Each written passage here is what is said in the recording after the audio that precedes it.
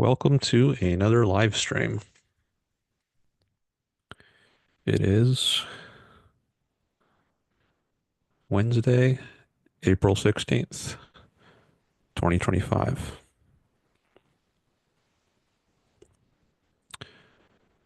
I started a little bit early today, a couple minutes, partly because I'm curious to see if this works. I've been having some Zoom problems. Well, Zoom has been having problems. I don't think it's anything on my end. I started a little bit early today, a couple minutes.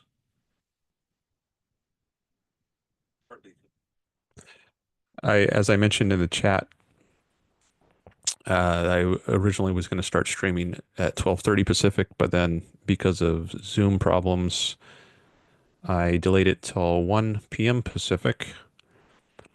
And it looks like there still are some Zoom problems. Last I checked, I tried logging into my account and some things were kind of strange. I don't think full functionality has been restored, but at least enough functionality to get this stream going. So I don't know if I just got lucky and I happened to start the stream before Zoom crashed again or what. But anyways, at least for now, we've got a stream going through Zoom. So we'll see if it lasts. Hopefully the stream doesn't crash in the middle. But things seem kind of strange today on Zoom. So hopefully it'll all go as normal. And I guess this will be recorded by YouTube. So even if Zoom crashes, at least whatever ended up on YouTube, hopefully will be recorded. But I guess I'll find out later. So this is stream number, I don't know, what is it now? 13, 14? Number 14, looks like.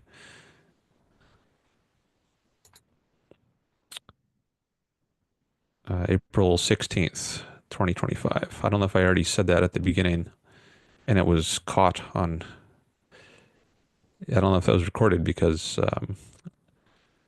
when I checked my phone to see when this was going live, my voice cut in after I had said the date. So I just said it now again in case that didn't get captured. All right, so I see we got some people here. Hello, welcome. I invite you to participate. This is a chat or caller driven show. At least it can be. I guess it doesn't have to be, but one of the nice things about live streaming is that you all can shape the discussion. So if there's some particular topic that you want to talk about or hear me talk about, you can mention it in the chat or call in. So you can shape the show.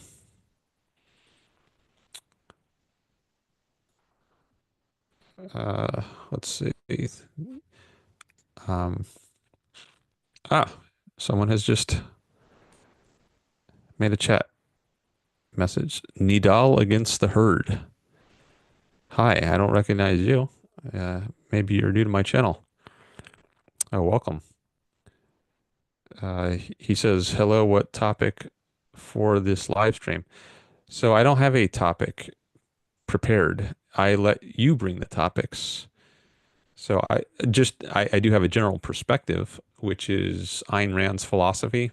I don't know if you've read Ayn Rand, but she has been a major influence on me, and I love her ideas, and I aim to promote them online. So the main purpose of my channel is to promote Ayn Rand's ideas. She came up with a philosophy called Objectivism, which advocates reason, egoism, and capitalism, to put it in a nutshell. And I talk about all kinds of things from the perspective of her philosophy. I don't know if you've ever heard of Ayn Rand or read Ayn Rand, but maybe you could tell me a little about that. You ask what's on my mind. I have a few notes on things that I might discuss. Like sometimes at the beginning of my streams, I do updates on what I've been reading recently. I read a lot of history, and I've been reading about medieval England lately, in particular Richard the First. He was the King of England in the 1100s. So it was, let's see, what were his years? 1150. No, no, no. He was king 1189 is when he became king. And then until 1199, that's when he died. I think usually during this period of history, you usually held the kingship until you died.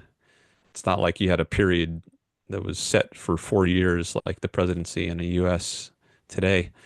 Rather, you become king and you're king, you stay king until you die. That's usually how it happens. And Richard died in 1199. So I read Wikipedia typically. That's where I'm learning about history these days, which I think is a good source, at least as a beginning source, just to get the basic idea of something.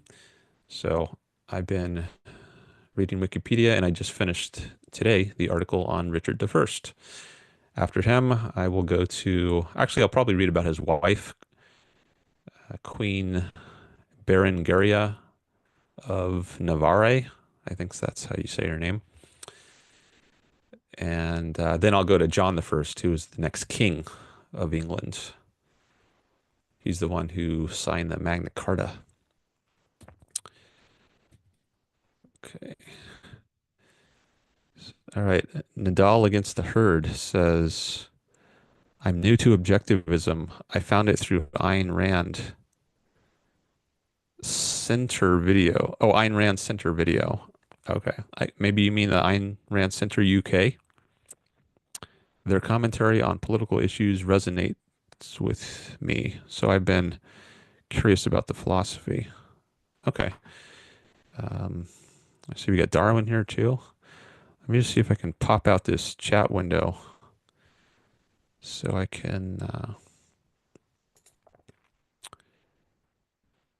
Right now, I'm kind of distracted by the video. Right, I've got myself on one side, and then the chat is right next to it. And when I see the video, I see myself moving, and it's a distraction from the chat. So, but it's not giving a pop-up option for the chats. So maybe if I just, oh, I got some little hearts. I see some hearts are floating up. Nice. I guess someone's liking the stream. Uh, okay, I just gotta, um, there we go. I resized it enough times that the chat is now big enough so it appears below the video image. And now I'm not going to be distracted. Okay, so let me just get back to the chat where I was. So you said, Nidal, you're new to objectivism. You found it through Ayn Rand Center videos. Their commentary on political issues resonates with me. I'd be interested if you mean the Ayn Rand Center UK, and you say you've been curious about the philosophy. If that's the one you've been watching, I'm guessing you've seen some of their commentary on Israel, because I believe they've focused almost exclusively on that topic since October 7th, since Israel was attacked a couple of years ago now. So is that the channel you've been watching? Anyways, welcome to my channel, and I'm happy to talk about the philosophy. That's what I do here. Oh yeah, you say yes, Ayn Rand Center UK. Okay. I've been on that channel myself a couple times. I was invited to give a presentation about my PhD dissertation, actually. So you can find it there. Also, it's also on my channel. If you search up, what is it called? Is the Mind Physical? I think that's the title of it, something like that. My appearance on ARCUK is also on my channel. And then there's another video I did with them, I guess also 2023, if you with Lee Pearson. Um, he had a show called The Cutting Edge, which I think has been spun off to its own channel now. But if you just search for my name on the Ayn Rand Center UK channel, then you should be able to find my two appearances there. Okay, so then we've got, yeah, so feel free to ask any questions about the philosophy, Ayn Rand's philosophy, and that's something we can talk about here. Of course, you can explore my videos. I've been doing this channel for over 5 years, so there's a lot that I cover. But people, I'm okay with doing some repetition. So if people are coming into this at different times, and um, people have all kinds of different levels of knowledge and background. Some people have never read Ayn Rand. Some people have probably read Ayn Rand for decades. Um, and people have encountered my channel at different stages. Some are totally new to it. Some have been following me from the beginning several years ago. So it's okay if there's some repetition. Feel free to ask anything. And I might say at a certain point, well, I've got a video just on this topic, so check out that if you want to hear more. But I can say at least some things about topics, even if I've covered them before. All right, so let me go on through some more of these chats. I see Darwin has come back. It's been I don't know, what, a couple weeks or so. I've seen you here before, Darwin, but not sure when the last time was. You say, as evidenced by the recent market volatility, the 401k experiment has been an unmitigated disaster. Long live Social Security. It is the sole source of income for 2/3 of the elderly. How are people supposed to save for retirement when they live paycheck to paycheck and not paying the 6.2% in FICA would do nothing for them? Okay, so that's from Darwin. Yeah, that's I just read four chats in a row from him. So I think you might have come from the Majority Report. This statistic about 2/3 of the elderly. I know Sam Cedar, whose show I've been on many times. Many people who've come to my channel, I think, have found it through the Majority Report with Sam Cedar. And I know that Sam sometimes gives this statistic of Social Security has kept 2/3 of people out of poverty. And since you mentioned 2/3 of the elderly here, I thought maybe you also heard that from Sam, or maybe it's just a coincidence you heard it independently from him. But in any case, it looks like you might be coming from Sam's sort of perspective. So I can say some things about these comments about Social Security. So just to give a kind of some general comments on it, I think it's an immoral program because it coerces people. It coerces people to give up some of their income and pay for other people's retirement. So I think the money that goes into the system now, it's not like saved in some account with your name on it. It just goes straight out to other people who are older than you, who are already receiving Social Security. And I think Social Security is vastly underfunded. Like, I think there are many trillions of dollars of liabilities that are unaccounted for. So money that has been promised to people that doesn't exist anywhere. It's just the idea is to continue taxing the incoming people, or the people who are currently working, to fund the people who are currently in retirement. But it's not a sustainable system. I've heard projections that the funds for Social Security are going to run out in about a decade or so, unless some changes are made to it, like if you raise the retirement age, or if you increase taxes on people. If you don't do something like that, then I don't think there's any way to pay people what they're owed. Or I mean, there are other things you could do, like inflate the currency, right? You can, if you have a fiat currency, you can just print money, but that's worthless, right? It's just paper. You could send it to people and say, well, we've paid you what we promised, but the purchasing power is going to go down, right? If you just print money in order to discharge people's debts, then or discharge your debts to people, then that will lead business in the economy to raise the price of their goods, and then you get inflation. So that's uh, printing fiat currency is a way of like coercively devaluing the value of people's wealth. It's kind of like a stealthy way of stealing from people. Um, so that's not really a solution. I think what needs to happen is Social Security needs to be phased out, not abolished overnight, but phased out over time because some people do count on it, and it's I don't think fair to just all of a sudden cut them off completely when they've paid into it for many years, many decades.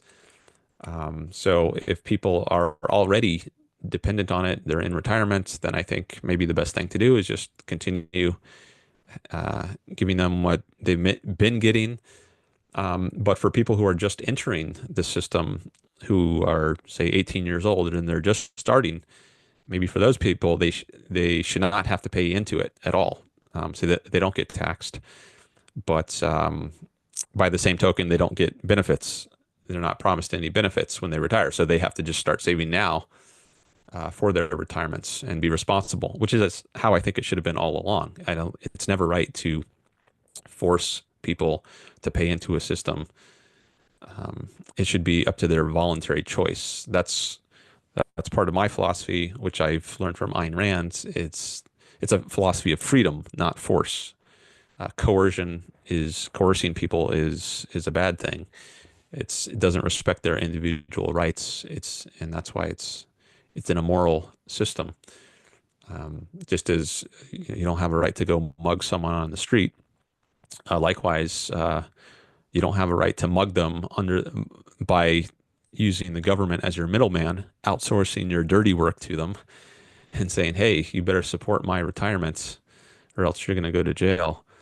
Um, uh, it doesn't matter whether it's you're a common criminal doing it or the government doing it. The point is you're being forced by someone else, and that's immoral and that's wrong. So that's why the program needs to go. Same with Medicare, same kind of thing. And public education, all these public programs run by the government are ones that you are forced by taxes to support, and that's immoral, and that needs to stop. I have a right to my money. You don't have a right to my money. Okay. I see Darwin has been saying a lot more in chat. I haven't kept up with it all. I don't know if I can keep up with it all. Um, but let me see what other comments have come in.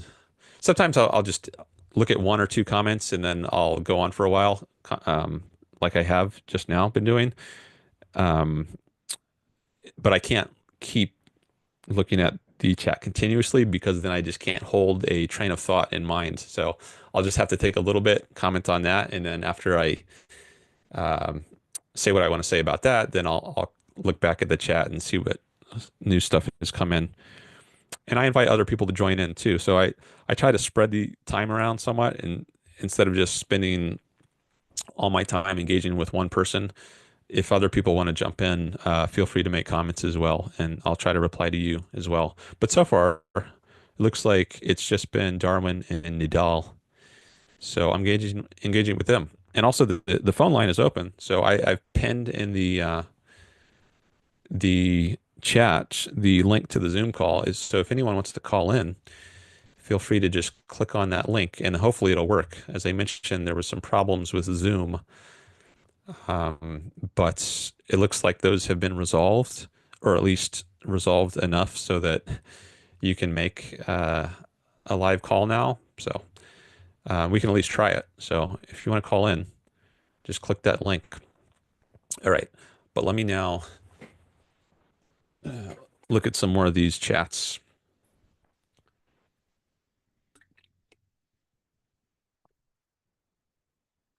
Okay. Darwin says specifically two-thirds get 51% to 100% of their income from it. It's not unaccounted for.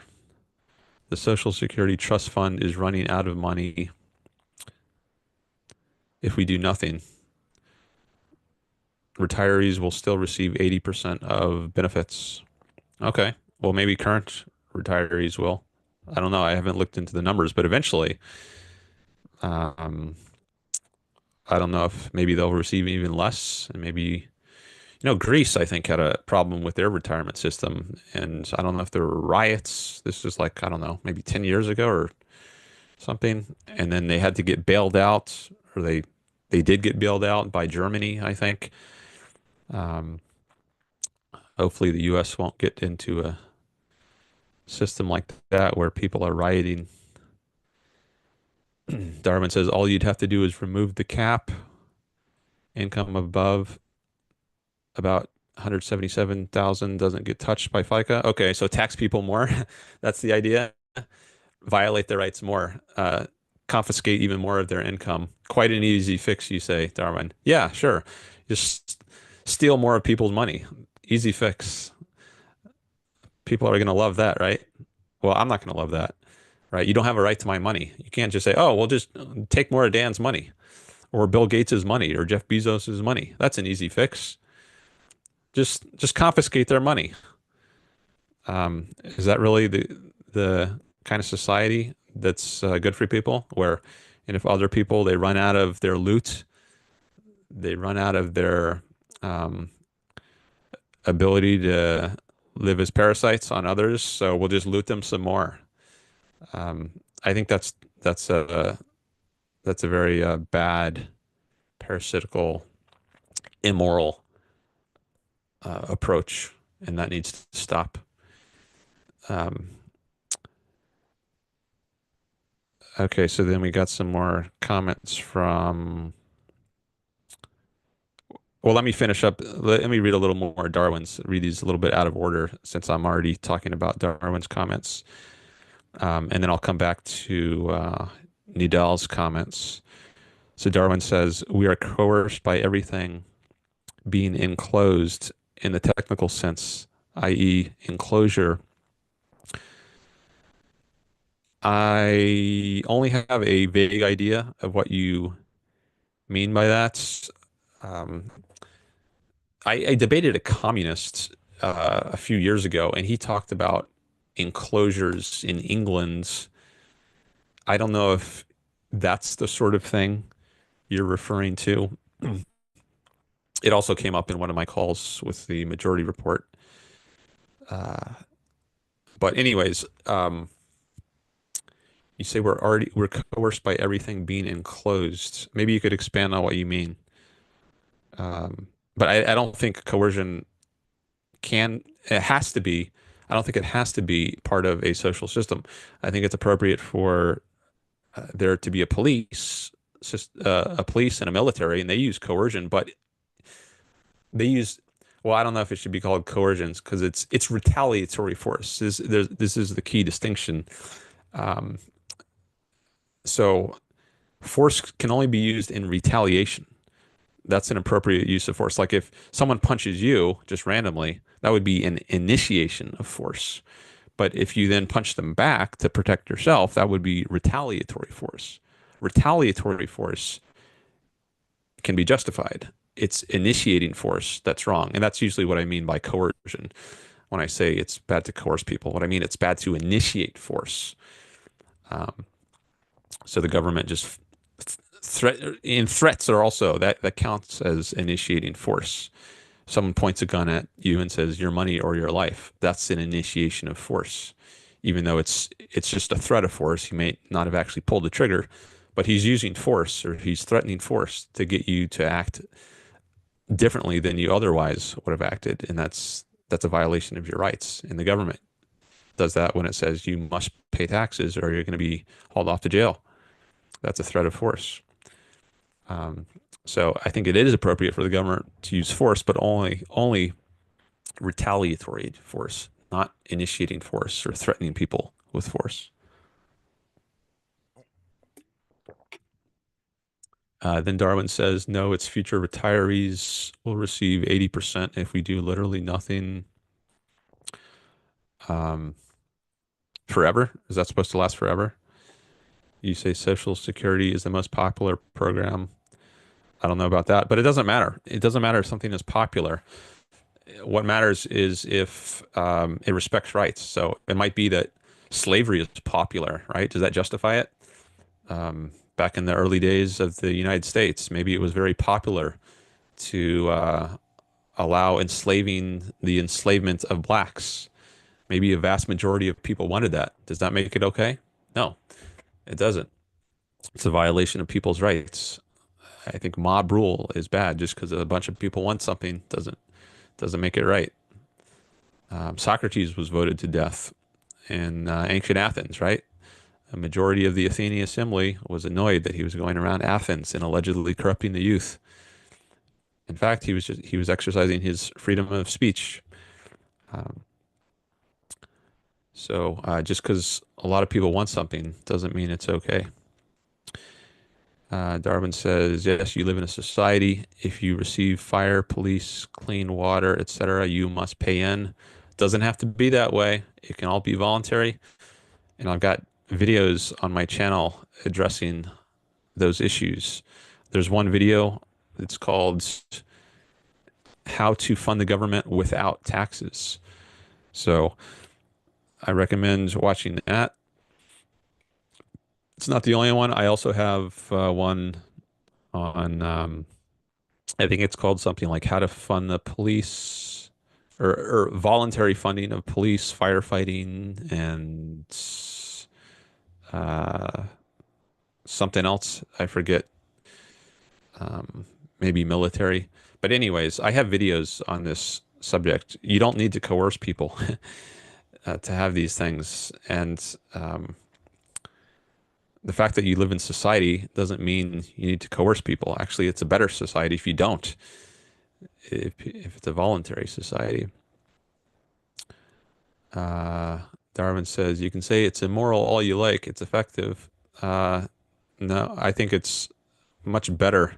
People would be much better off if they did not have, if they were not coerced. We would be a much richer society. Um, and then, okay, I'm going to pause there and go to Nidal because, as I mentioned, I want to spread the time around some. So let me look at some of what Nidal has said, and then and maybe I'll come back to some more of Darwin's comments. So that was, I got up to 121. I don't know how I'm going to remember that. But anyways, okay, so going back to Nidal.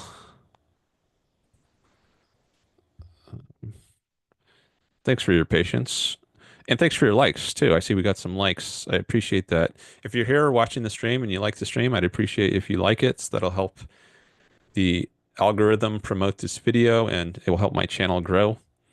Also, I appreciate any people subscribing who haven't already subscribed. That will help the channel grow as well. Okay. And thank you for the engagement. I appreciate this.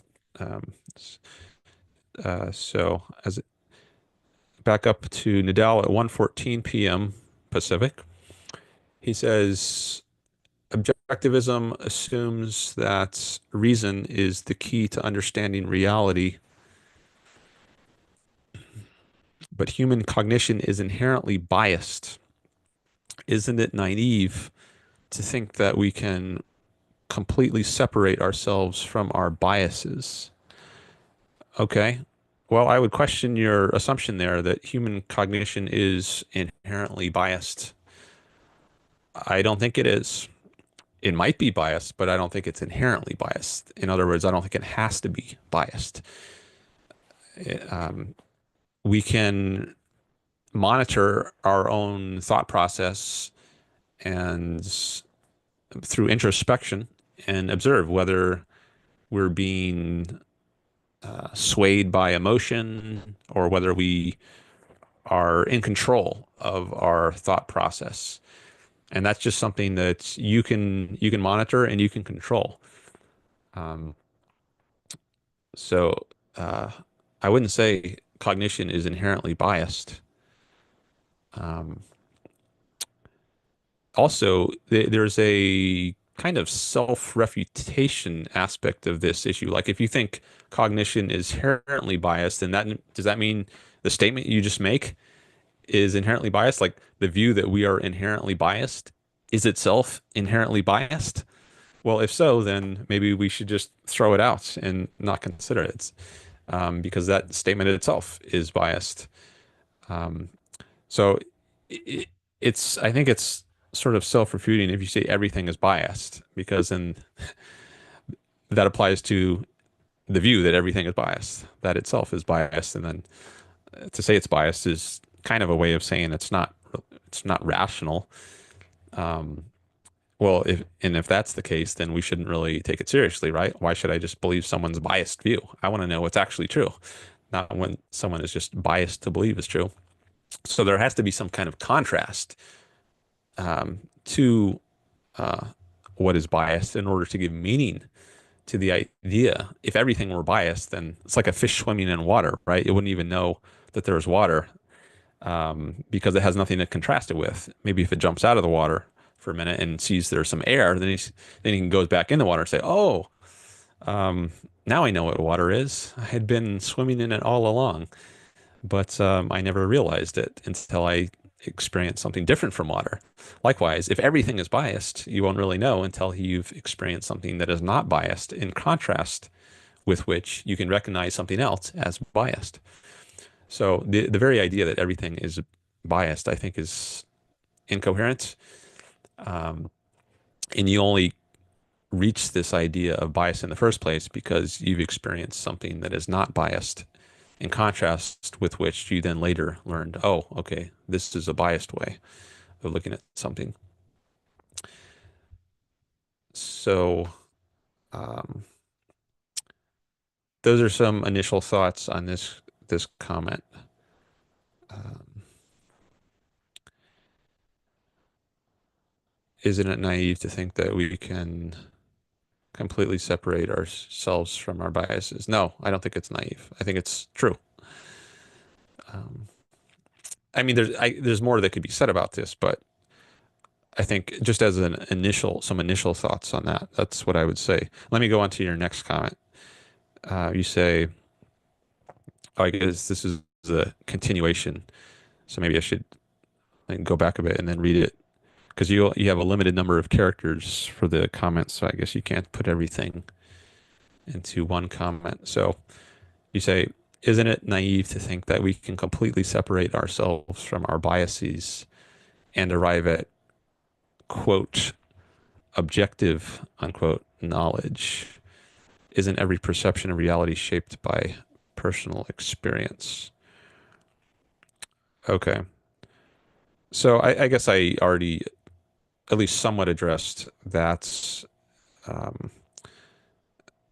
so no, I do think you can reach objective knowledge, but that term objective, it has different meanings. And in the meaning that I think is relevant here, I think, yes, you can reach objective knowledge. So I don't think the relevant meaning of objective knowledge, at least part of the meaning of it, is it's been reached by a certain process, certain mental process, a rational process, as opposed to just an emotional, like you just have a feeling, you have some emotion that says, "Oh, I feel like I'm going to win the lottery," let's say, right? That's not really, I wouldn't say that's a conclusion that you've reached objectively. It's just a feeling you have.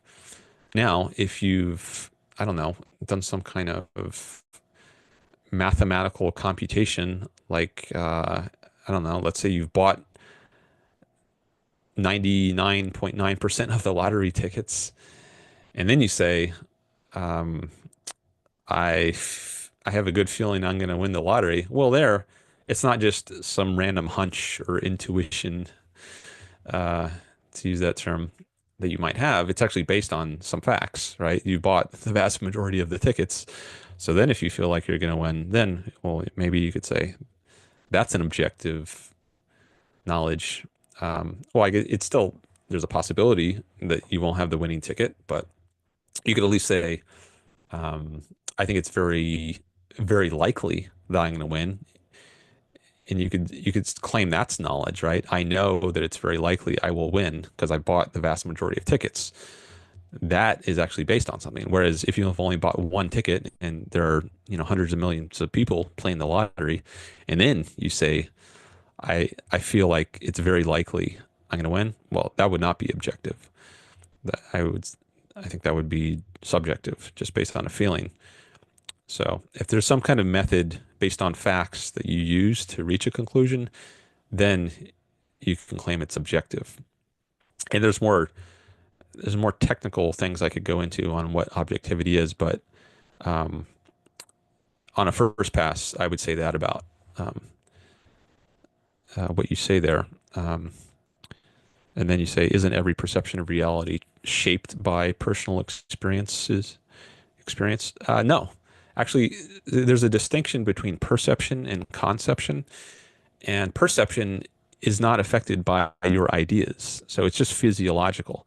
So the perception, what I mean by that, what objectivism means by that, is the five senses, like sight, hearing, tasting, touching, smelling, right? Those are your means of perception of reality, and those are just physiological. They're hardwired. You don't have choice about what you feel. Now, your ideas, and we share that in common with the animals, right? Like dogs, cats, and mice, they can also see and hear and taste and touch and smell things. But the distinctively human level is the conceptual level, like taking our perceptions of the world and then forming abstract concepts from them. Like we don't just see individual people, Tom, Dick, and Harry, right? We can form this concept, man or human being, right? And that's where we go beyond the level of other animals. They don't have these abstract concepts, um, at least not nearly to the level that human beings do. And then we can form even higher concepts, higher level concepts. Like we can take this abstract concept, human being, and the abstract concept, dog, and the abstract concept, mouse, and then form the even more higher level concept, animal, right? Which includes all of those things, right? And then we can go higher still and have a concept which includes all the animals and all the plants. And we can have this even higher concept called organism, right? So this ability to form abstract concepts is distinctively human. And um, the whole conceptual level, as Ayn Rand calls it, that's where you can go wrong. You can make errors. You can form your concepts incorrectly. Maybe you put together um, things in the wrong way. So you might put together a dog and a cat into one concept. Maybe if you're a baby, you'll use one word like dog, you'll use it for both cats and dogs. And then later you'll learn, I guess in a way it's not a mistake, but because it has a certain shape or size, which might be justified for a baby to put together. But later, after he learns to make or she learns to make other kinds of distinctions, um, she'll learn these different concepts. Like, oh, I can't just use the term dog to apply to cats as well. They have their own concept. Um, so you can't. There is some optionality and ways of going wrong on the conceptual level. Um, that's where mistakes can creep in. But perception, we're just talking about perception, which is hardwired. We don't have a choice about how something smells to us or how something feels or tastes. Um, that's just physiologically hardwired. Uh, that can't be subjective or objective. It just is. So perception isn't shaped by personal experience, and that's um, well, I guess if you give a certain meaning to personal experience, maybe that could be true. But it's not subjective. I would say perception is not subjective. It just is, unlike the conceptual level. Okay, so there's a bit in reply to Nidal's first comments. So let me now go back to the chat and see what else has come in. Okay. Okay, so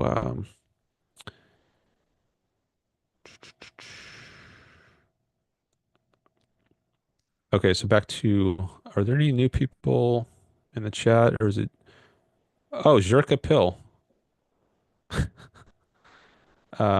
says you're Jewish, change my minds. I'm not sure what that's supposed to mean. Um, but anyways, that's the only new person who's come into the chat. Other than that, we just have more from Darwin and some from Nidal. So let me go back to where I left off with Darwin. I think it was at 121 Pacific. Yeah. Okay.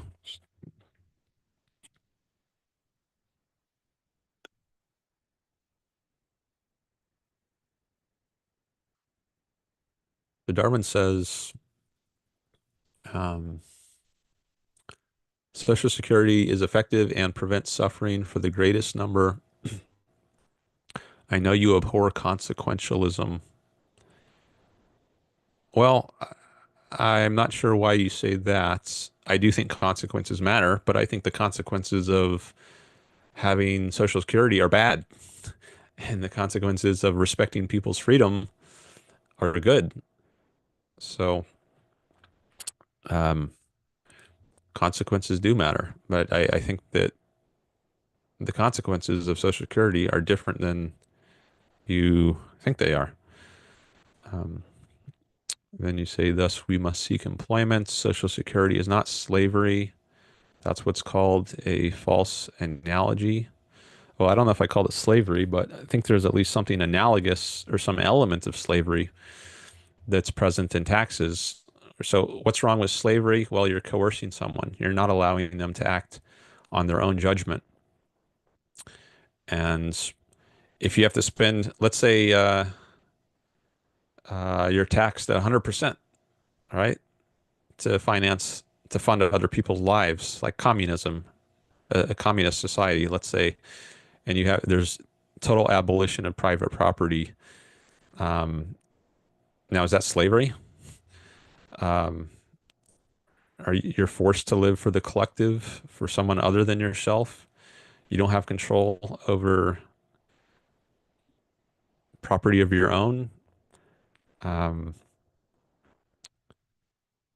if you're forced to give away some of your income, which is, it amounts to some of your life, right? A certain percentage of your life has to be devoted to serving others rather than serving yourself. So, well, to the extent that you are forced to live your life for others, are you a slave to that extent? Maybe there are degrees of slavery, right? If you're forced to give your entire life over to others, then you would be a total slave. But if you're forced to give away half of your time and property to others, maybe you're half a slave. Um, Now, there are also whips and chains that make it very different if you have in mind something like chattel slavery. I think that's what it's called. But I think there could just be degrees here, and uh, yeah. All right, let me go through. Maybe I'll come back to that some more later, but I want to see what else has come in here. Nidal says, so Social Security should be abolished. Yes, That is my view. Not overnight, but it should be phased out over time because people have come to rely on it, and I don't think you can just all of a sudden get rid of it. And when they've been paying into the system for decades, but for, as I mentioned before, for people who are newly entering the workforce, I don't think they should have to. I don't think they should be forced to participate in the system. They should be able to just save for their own retirement and not be forced to support others. But then they wouldn't be promised any benefits. They have to be responsible.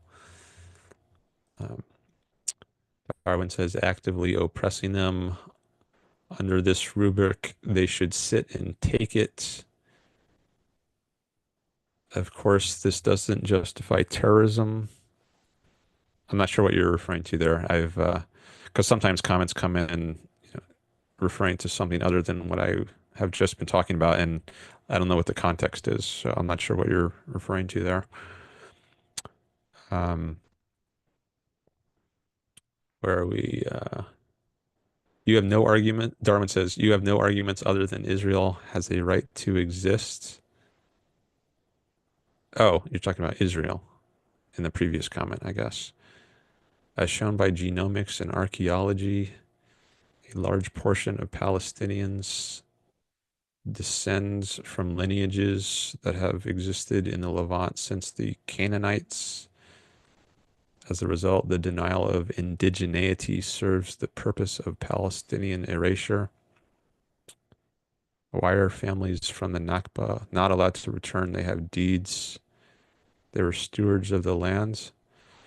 I don't know if you're replying to someone else's comments because I haven't said, I don't remember saying anything about Israel. Um, so did someone else make a comment about Israel that prompted these comments? Um, anyways, you just reminded me of something I thought maybe I should mention. So, a few shows ago, maybe you were here for the one I'm thinking of, Darwin, but someone whose screen name was CPG, uh, and then there were some numbers after it. He was talking a lot about Israel, and I was engaging with him a lot. And then after that show, he added a comment to the video, but I didn't approve the comment, so it's not published. I don't know if I will. I haven't decided yet. So if you submit comments, maybe you all didn't know this. If you make comments on my channel, they don't automatically show up. And I'm not talking about the live chat; those automatically show up. But the comments below the video, like after the live stream, you can make comments on the video, um, and they will show up for you only unless I approve them. So I moderate the comments on my channel. So CPG made a comment after that show, and I haven't approved it yet. I don't know if I will, but I thought it might include some smears of Israel, whether intentionally or not. I don't know if CPG was just reporting things he had heard from others, or what the source of his comment was. But in any case, I thought there might be some false statements about Israel in there. I wasn't sure, and I wasn't sure I wanted to platform the comments until I had more confidence um, in it. Uh, so I haven't approved that. So I was going to say this if CPG ever came back, um, but I haven't seen him since then, or only once briefly at the end of a show. He just popped in just as I think just to say thanks for the stream, but we didn't really have time to engage there. I was going to say though, if we had more time, like if he was on the chat for a while, that I was going to mention what I've just told you all about how I moderate comments. And I saw his comment, but I haven't approved it yet. So it's hidden for everyone except for him and me right now. So if you make a comment and it hasn't got any kind of engagement or likes or anything, it might just be because I haven't approved it yet. Um, and I need to get a bite to eat soon. Uh, so I might just turn off my camera for a second. I'm not going to end the stream, but I'm getting like hunger pangs. So just hold on for 1 minute. I'm going to turn my camera off and my mic off, and then I will come back. Okay. 1 minute break, 1 or 2 minute break.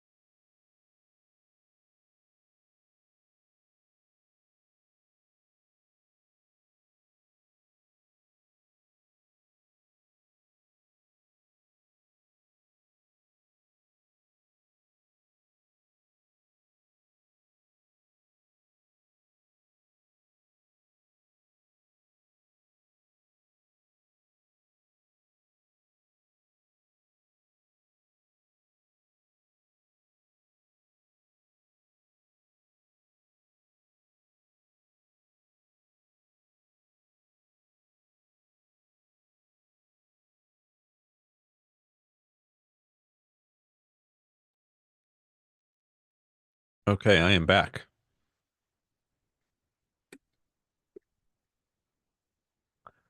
Just had a quick bite to eat and should be good for another hour or so, at least.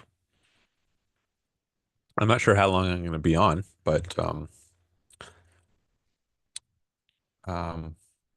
got a lot of good engagement in the chat, so probably go for at least another 30 minutes, I'd say. So we'll just see how much engagement there is, and as long as I still have good energy, and then I'll stay on. Okay, so let's see. Oh, I was just talking about Israel, or in my chat policy. Um, so let's see what else we have here in the chat. Where did I leave off? Uh, I see we got a new person who joined the chat, Rubs. Um, your, I think your picture looks a little familiar. Maybe have you been here before? Um, uh, oh yeah, so I see where I was reading these comments about from Darwin about Israel, uh, but since Rubs is a new person, I want to see engage with him a little bit or her. I don't know. Your avatar looks a little feminine. Doesn't necessarily mean you're feminine, but maybe you're a she. Um, you can let me know if you want. Rub says, every time I try to mention her in debates, people get turned off and don't want to debate anymore.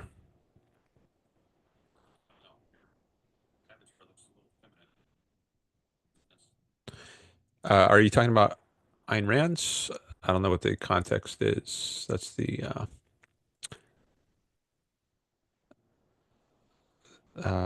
Darwin says, "What do you want to debate?" That's replying to Rubs.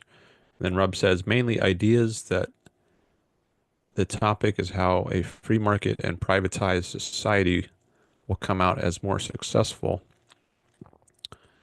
But my questions was not like referring to any particular situation. Darwin says, this is from previous conversations I've had with you. Oh, are you referring there to your Israel comments? I guess that's what you mean.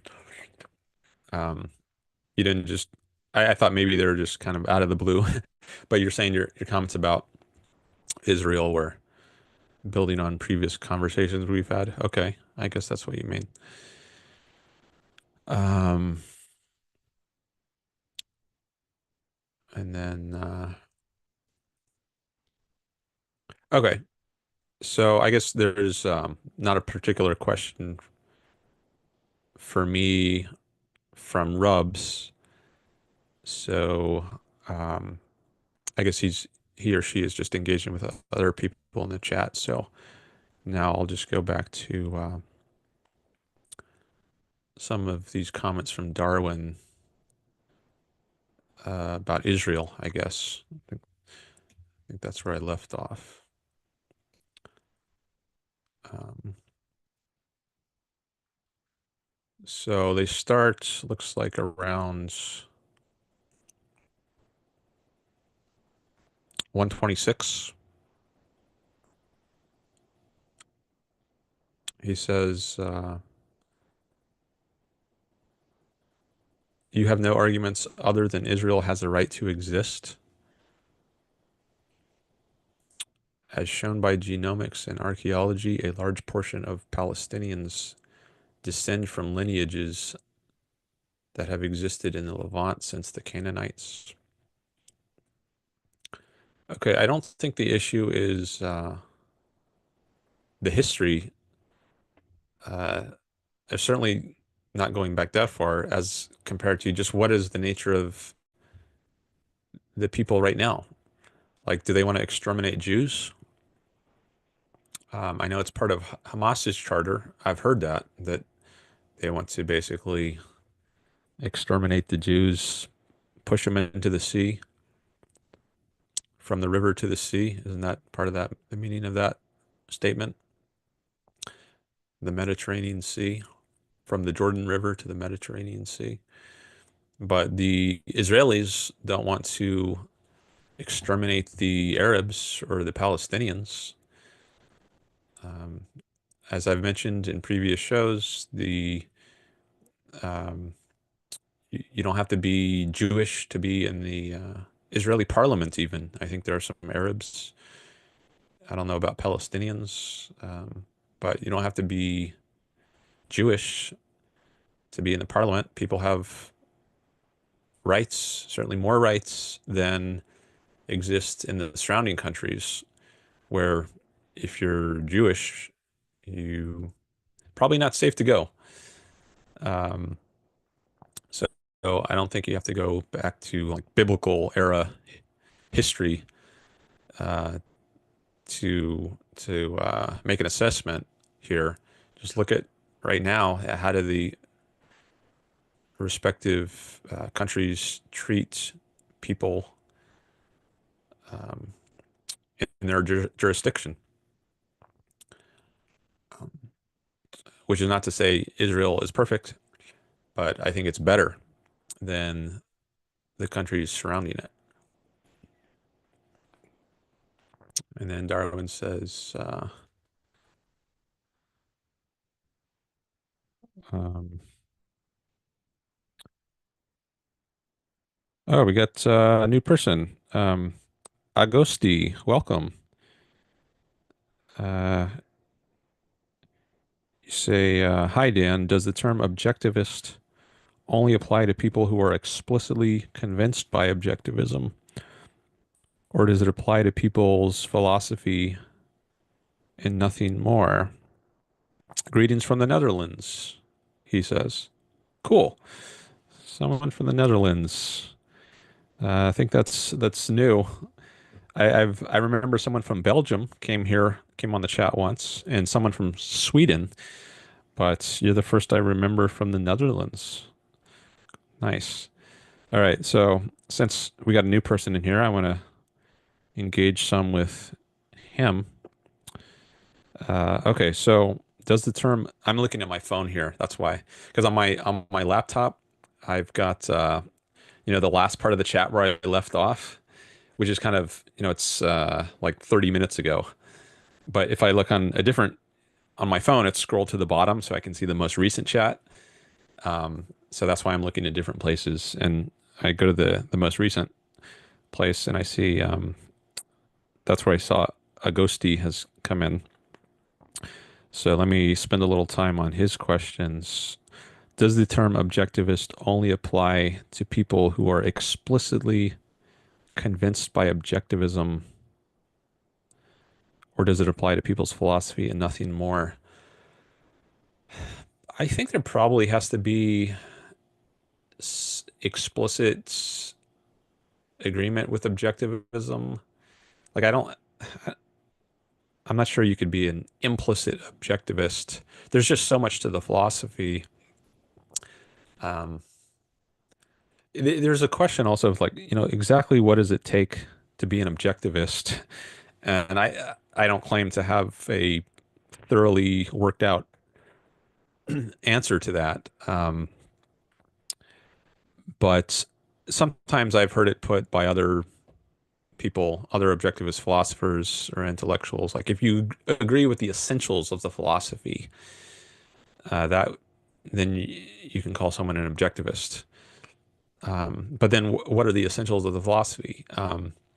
Well, you might think that like sometimes Ayn Rand gives a sort of nutshell version of it.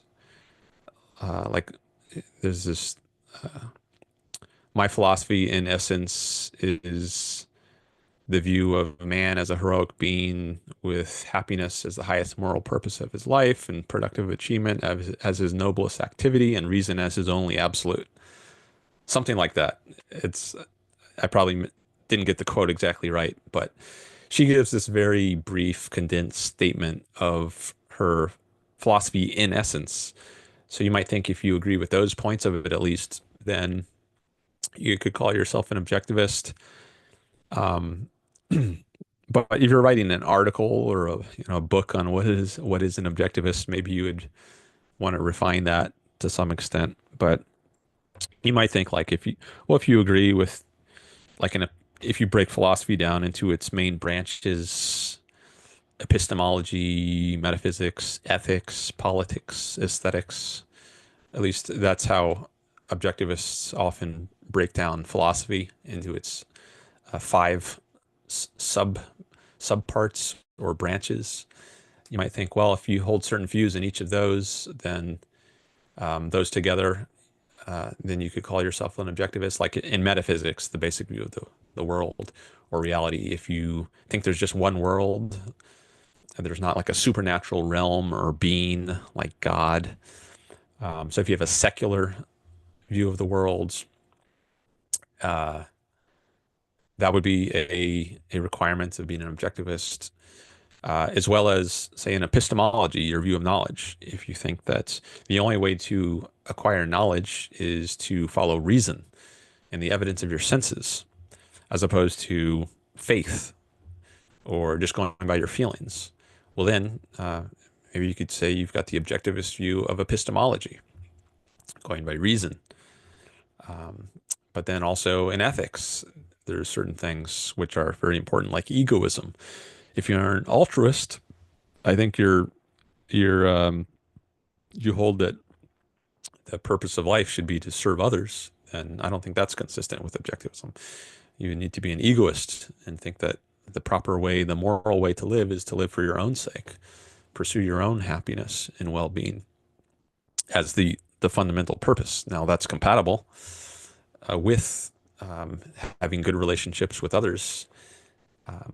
But the reason ultimately that you want to have other people in your life as friends or romantic partners is because they contribute to your life. They make your life better. So it's an egoist.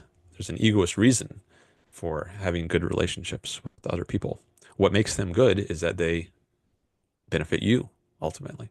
And if they don't benefit you, if they're uh, a net drain on your life, if they detract from your life, then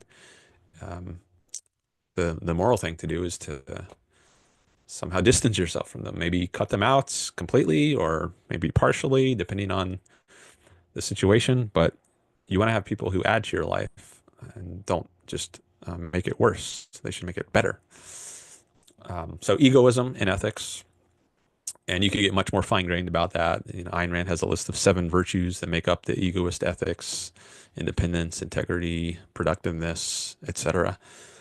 But just to keep it brief, I'll say that about ethics. And then in politics, capitalism, which on Ayn Rand's view means complete separation of state and economics. So the government, as we talked before, is not interfering in your life with taxes like Social Security taxes, which that's the government stepping into your life and taking some money out of your wallet to give to other people. The government doesn't do that in a capitalist system. It leaves you free to act on your own judgment of what to do with your money, with your property.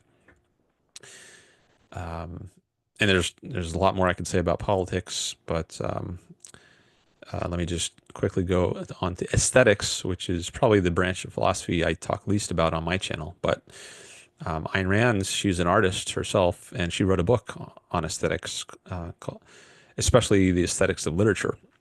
So she wrote a book called The Romantic Manifesto, and the subtitle is A Philosophy of Literature. I think that's the subtitle. So she has a view of what art is, the nature of art, and its role in human life. And I don't think I'll try to, maybe I'll just say a sentence or two about it. So the idea is that art concretizes abstractions. So you have a philosophy deals with these abstract ideas, but how does it look like concretely in reality? So if you put it into practice, it's one thing to read a treatise about ethics or morality, and you learn about these virtues like honesty, integrity, independence, and so forth. But to get a much better idea of what it really means in reality, you need to concretize it. And fiction is one way of doing that. You could actually present characters living by these virtues. So, for instance, the character Howard Rourke in Ayn Rand's novel The Fountainhead, he embodies the virtue of independence and integrity.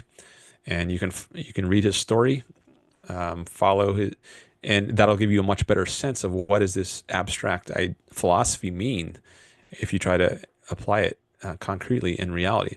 And art has that sort of function. It takes these very abstract ideas from philosophy, including morality, and it concretizes them, and that gives you a guide and inspiration. It's not just actually the primary purpose of art on Ayn Rand's view is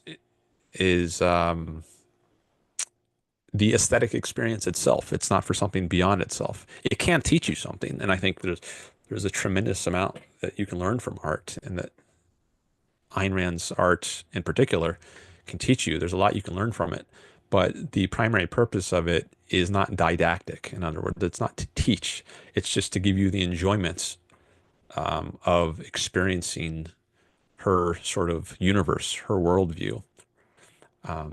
Like when you go into watch a movie, it can be an enjoyable experience. That's why you might want to watch a movie. It's not to learn something, right? You could read a book for that, a nonfiction treatise. You just want to have a fun experience, an enjoyable experience. So you watch the movie, and art is like that. It just gives you the experience, which is enjoyable for its own sake. It might incidentally teach you something about the world, but that's not its primary purpose. And I think that's true of Ayn Rand's art. It could have, like, there is like propagandistic art, which maybe its primary purpose is to teach you something, but then I think there's a question as to whether that's actually good art. But in any case, I think good art at its best is it just provides you with an aesthetic experience, which is enjoyable for its own sake. It might be not necessarily a positive experience, like there could be a horror movie or a scary painting like The Scream, right, by Edvard Munch. You know that one where you've got the guy who's got he's distorted, and that can, I guess there can be a kind of satisfaction or enjoyment of an experience, even if it's of a negative sort, um, just because it can be enjoyable to have a very concretized, rich experience of this other universe, um, or this other sort of worldview. So I think there's value that can be gained from certain art, even if you don't necessarily agree with its message. Like, so you might think, well, the world is really not like the world presented in the Scream. The world is not this terrible place, um, where you're constantly plagued by anxiety or fear. So I disagree with the worldview of that painting, yet I can still enjoy it on some level, at least, just because it's an interesting kind of experience. But anyways, all this was just to give a little more info to Ayn Rand's view of aesthetics or art, which is one of the branches of philosophy. And then um, going back further, the idea was just to address the issue. Well, what does it mean to hold the essentials of objectivism? Like, if you're going to agree with a philosophy, and if that means you agree with its essentials and all of its branches, then maybe you have to agree with those points that I mentioned. So secularism and metaphysics, just one world; reason and epistemology, no faith; egoism and ethics, so no altruism; capitalism and politics, no statism; um, and then, well, I don't know, romantic realism is the term Ayn Rand gave for her sort of art. So I guess if you agree with that sort of perspective, which I haven't fleshed out, maybe to the extent I would need to indicate why she calls her view romantic realism. But I guess if you did agree with that as well, then maybe you could say, okay, now I agree with all the essentials of Ayn Rand's philosophy, and so I can call myself an objectivist. Uh, so I doubt you would get to that point unless you knew about objectivism explicitly. I doubt you would come up with that independently on your own. So I think you would probably have to explicitly agree with objectivism in order to be considered an objectivist. Um, let's see, see, we got some more comments coming in, and some more from Darwin.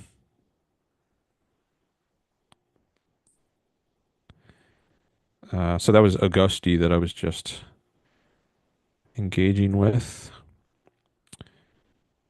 And see, Nidal has come back in. Oh, and he's talking in some other language.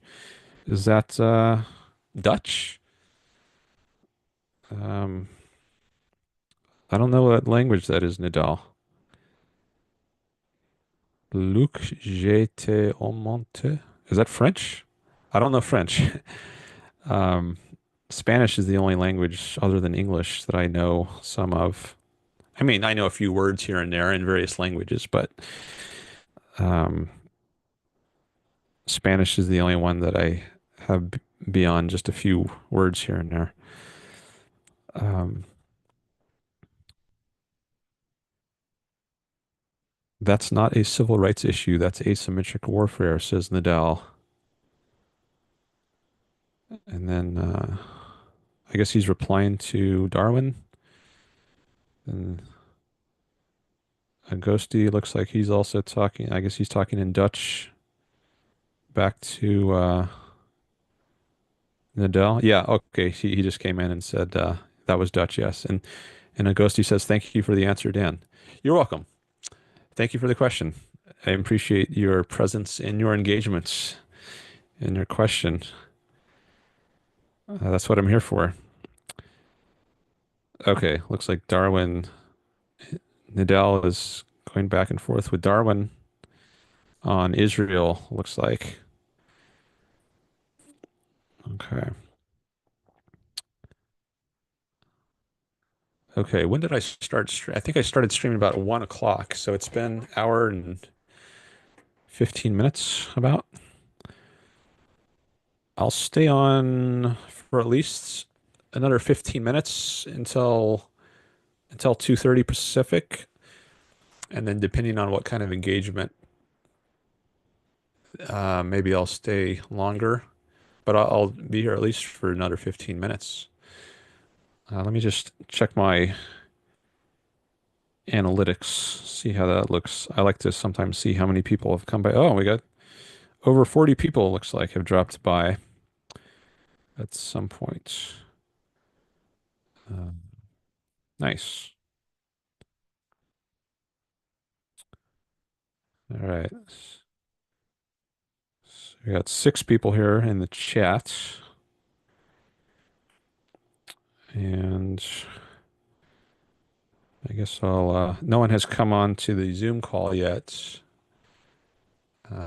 So no callers today. So I guess I'll just continue engaging with the chat. All right, it's been a while since I've looked at the chat, so let me see if I can catch myself back up some. Uh, where's the Israel start? Israel section. Okay.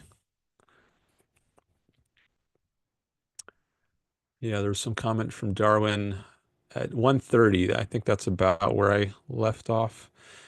He says, why are families from the Nakba not allowed to return? They have deeds. They were stewards of the lands. Um, I'm not an expert on this issue, so there's some things that I'm just not going to be able to comment on. As I mentioned in a previous live stream, Ilan Jorno is an expert at the Ayn Rand Institute on this issue. Yaron Brook, I think he's very knowledgeable. He's got a YouTube show, the Yaron Brook Show. So if you want to get the objectivist perspective on Israel, or at least um, the perspective of these two objectivists who know much more about the issue than I do, then I would recommend those sources. Ilan Jorno at the Ayn Rand Institute, and there's a podcast where you can find lots of podcasts on this issue, and then Yaron Brook Show. Um, I'll type that in the chat in case you don't know how to spell it. Yaron. The Yaron Brook Show.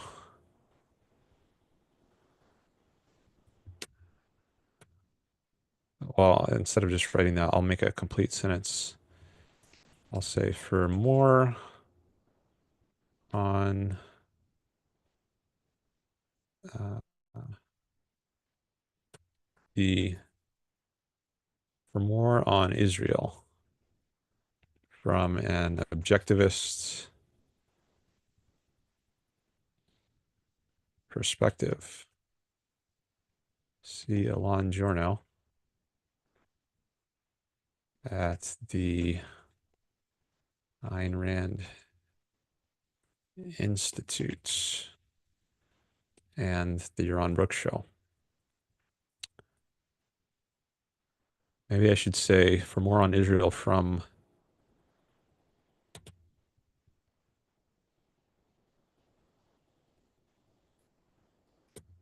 an objectivist perspective. Maybe I'll just leave it like that. I think that's fair. No one speaks for Ayn Rand, so is it really an objectivist perspective if it's not from Ayn Rand? Well, maybe to be safe, I should just say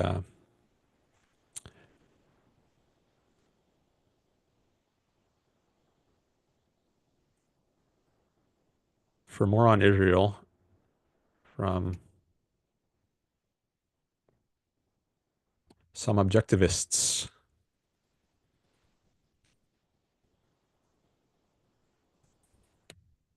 see Alon Giorno at the Ayn Rand Institute and the You're on Brooks show. I'm not sure that's grammatical, but not too concerned about that. Okay, I just put that in the chat. So if you want to get a lot more from what I think is certainly an Ayn Rand influence perspective, I'd recommend those two sources. Alon Giorno wrote a book called What Justice Demands: America and the Israeli-Palestinian Conflict. I think that's the subtitle. And I read that and I learned a lot from that.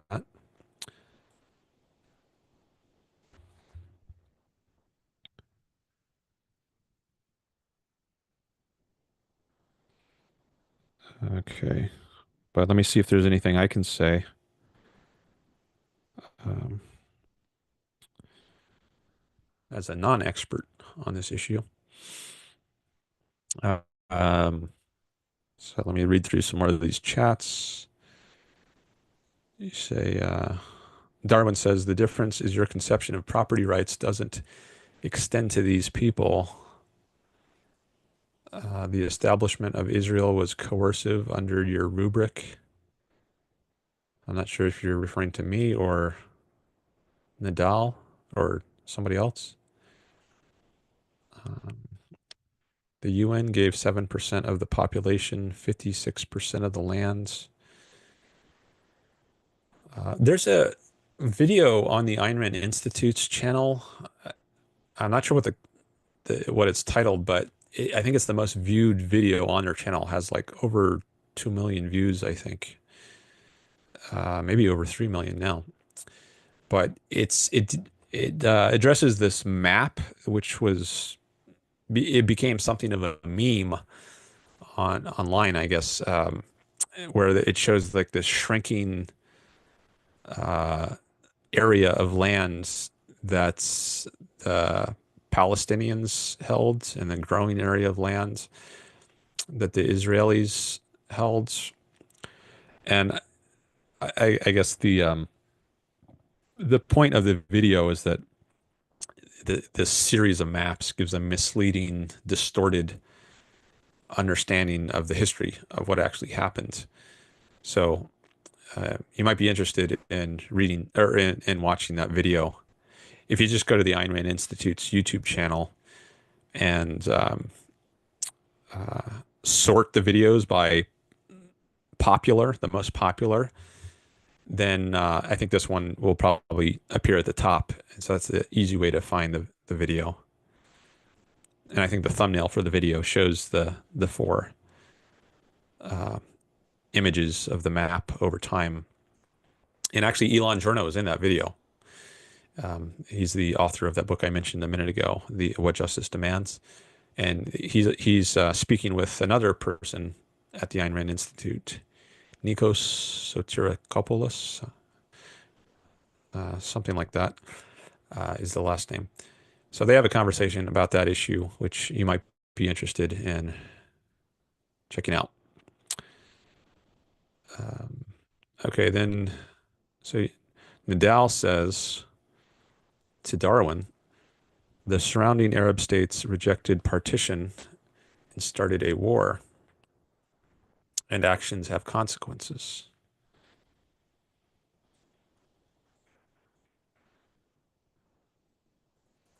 Okay, so yeah, I know there were a series of wars. I guess there was the 1948 war, or maybe it started in 47, 48, somewhere around there.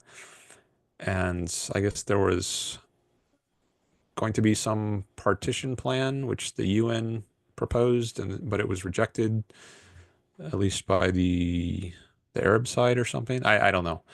But I know around 48 is when, well, that's when Israel was founded, right? Um, and I guess the day after Israel declared its independence, it was attacked by its Arab neighbors. Uh, I think something like that happened. Um, so maybe that's what Nadal is referring to when he says that Arab states rejected partition and started a war.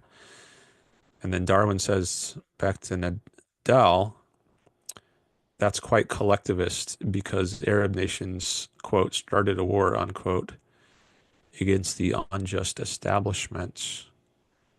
750,000 should be driven from the land. I guess that's a reference to the Nakba. Uh,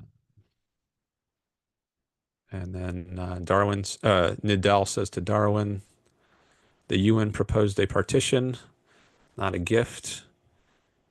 Jews accepted it despite getting less land than they wanted. Arabs rejected it and launched a war. Actions have consequences.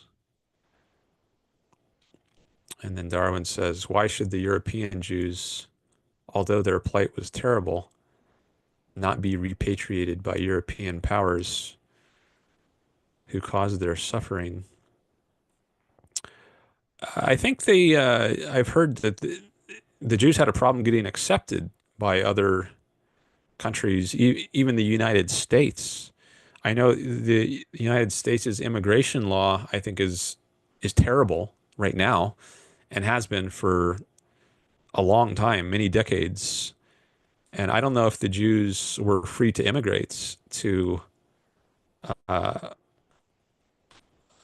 other European countries or if the options were very limited. I'm not sure exactly what the situation was, but I've heard that it wasn't easy for them to immigrate to other countries, and maybe that's part of the reason they wanted to just start their own country.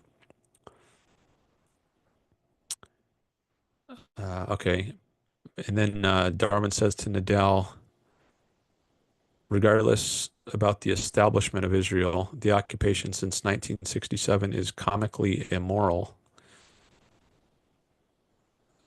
Okay. Um, and then Rubs came in. I read his comments before. I don't know if you're still here though, Rubs. Um, you mentioned something about how a free market and privatized society will come out as more successful as a topic you might want to discuss. Oh, I see Nidal just tagged me and says, okay, let's talk about something else if you're not expert in the topic of Israel. Okay. Yeah, feel free to raise other topics. I'm not an expert in the topic of Israel, but I think I know enough to say some interesting things here and there, as I've been trying to do. At least I think they've been interesting. Uh, but let me at least try to quickly catch up in the chat. Um, Nadal says at 146, specific actions have consequences. That's not collectivism, that's accountability. Darwin says accountability for people being ethnically cleansed. Reminds me of the genocide comments, which I think is a smear against Israel, like when people saying they're engaged in genocide.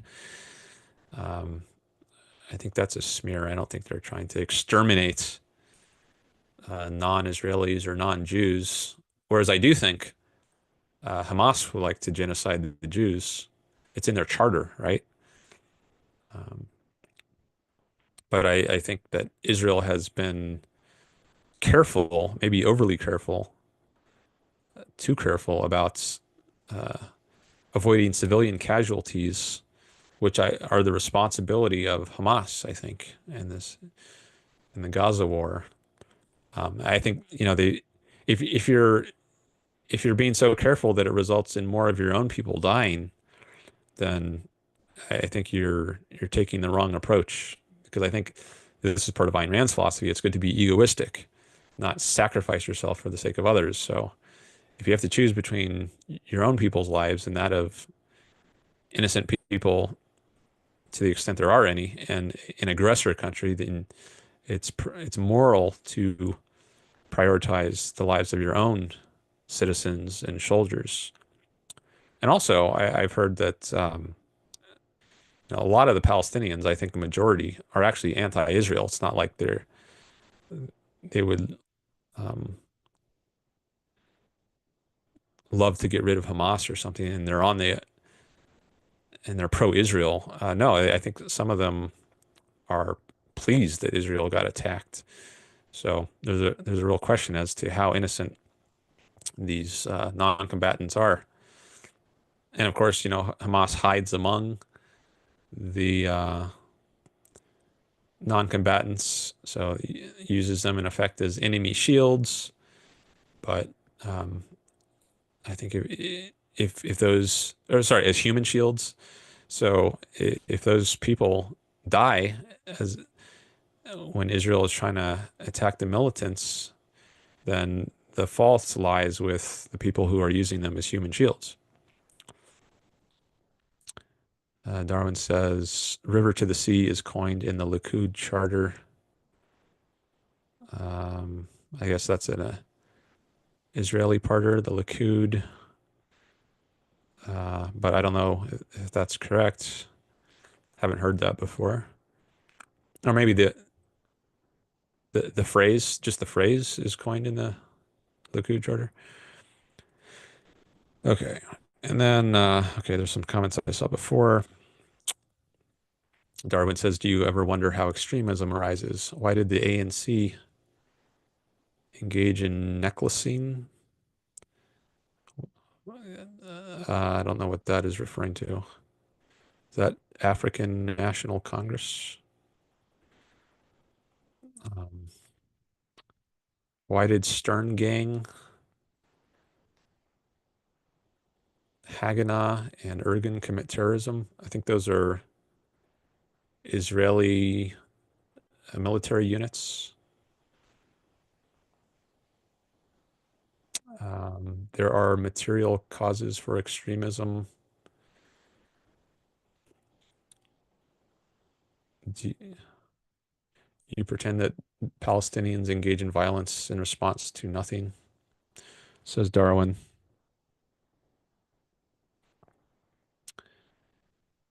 The Palestinians can make this exact same claim and have an even better claim, as seen by the numbers of their dead and maimed.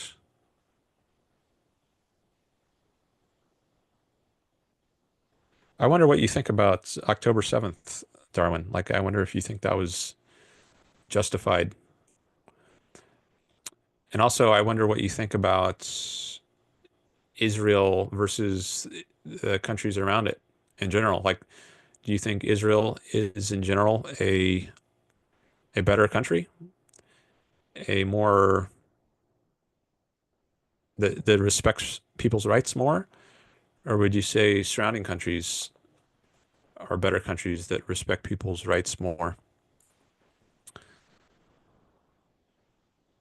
Okay, and then we get some Dutch from Nidal.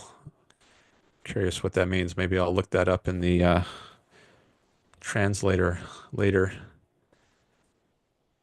Um,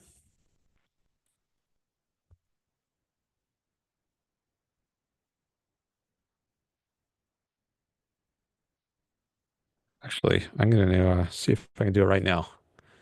This is the message at 2:01.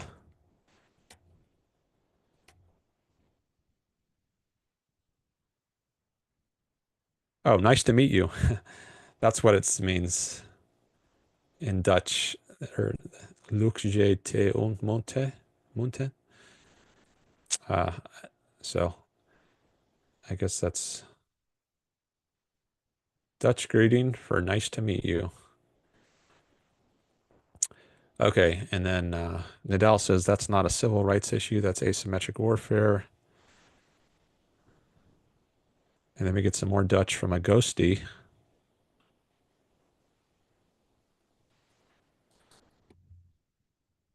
Let's look that up.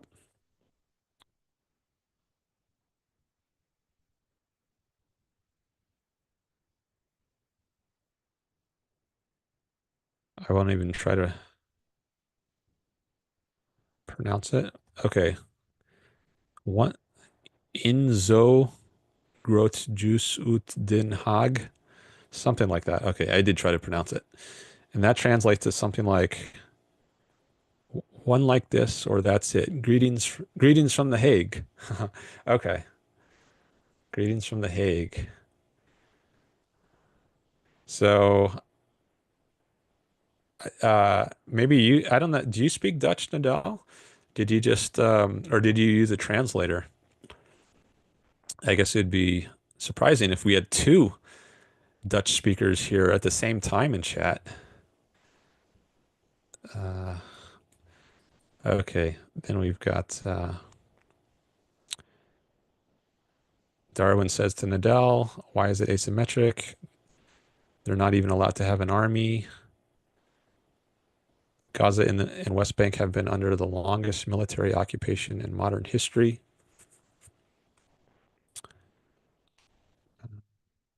It's apartheid. Okay. Yeah, I think that might be a smear. Um, because as I said before, like you don't have to be Jewish to be in the Israeli parliaments. It's not separated in the way it was separated in South Africa, right? Um, at least not to the same extent. At least, this is what I've heard from people who know more about this than I do. Um,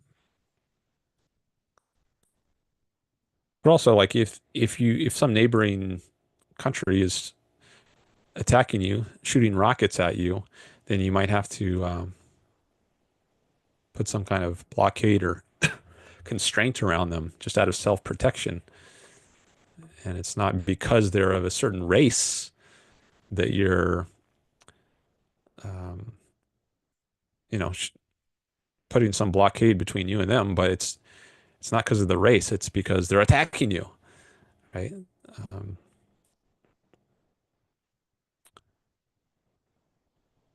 and then Nadal says, but they do have an armed force, Hamas, with rockets, tunnels, and fighters. The asymmetry isn't because of injustice. It's because one side targets civilians, the other tries to avoid them. Darwin says, how do you think they were able to secure those weapons? No sugar or chocolate or potatoes are allowed in.